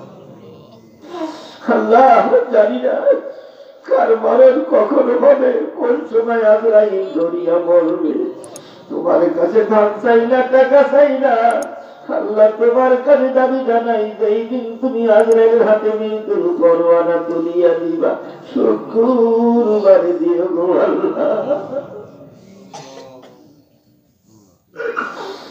আল্লাহ, রমজান মাসে মরণের বাজেটে দিও, শুক্রবারে বান্দাকে কবরে নিও। আল্লাহ, জানি না আজকের এই মাহফিল কোন ব্যক্তির জন্য জীবনের শেষ মাহফিল হয়ে যায় কিনা। আল্লাহ, যদি তাই হয়, কিয়ামতের দিন মুসিবতের কালে গো আল্লাহ, আল্লাহ, এটা আমাদের সকলের জন্য নাজাতের জরিয়া করে দাও। আমার আম্মা যারা আশেপাশে বসিয়া রয়েছে, আল্লাহ তাদের মনের দুঃখ বেদনা গুলি নির্জনে তোমার কাছে জানায়। হায় আল্লাহ, আমার আম্মা জানদের মনের দুঃখ বেদনা নিবারণ করে দাও গো আল্লাহ। হায় আল্লাহ, আমার মনে বলে আজকের এই মাহফিলে কত আলেম ওলামারা হাত তুলেছে। আল্লাহ, কত হাফেজে কেরাম, হাদিয়ানে কেরাম, মুরব্বিয়ানে কেরাম হাত তুলেছে। আল্লাহ, আমার মনে বলে কেউ না কেউ তোমার প্রিয় বান্দা আছে, ওই লোকটার মুখের দিকে তাকাইয়া তুমি সবাইকে কবুল আর মঞ্জুর করিয়া দাও। যারা অসুস্থ অবস্থায় আছে তুমি তাদেরকে সুস্থতা দান করে দাও। যারা অভাবে আছে তুমি তাদের জন্য হালাল রুজির বন্দোবস্ত করে দাও। যারা বিপদ আপদ বালা মুসিবতে আছে বিপদ থেকে মুক্ত করে দাও। আল্লাহ, যে যে কর্মের মধ্যে আছে গো আল্লাহ, প্রত্যেকের কর্মের মধ্যে বরকত নাযিল করে দাও। রব্বানা তাকাব্বাল মিন্না ইন্নাকা আনতাস সামিউল আলিম ওয়া তুব আলাইনা ইয়া মাওলানা ইন্নাকা আনতাত তাওয়াব التواب الرحيم. سبحان ربك رب العزة عما يصفون وسلام على المرسلين والحمد لله رب العالمين.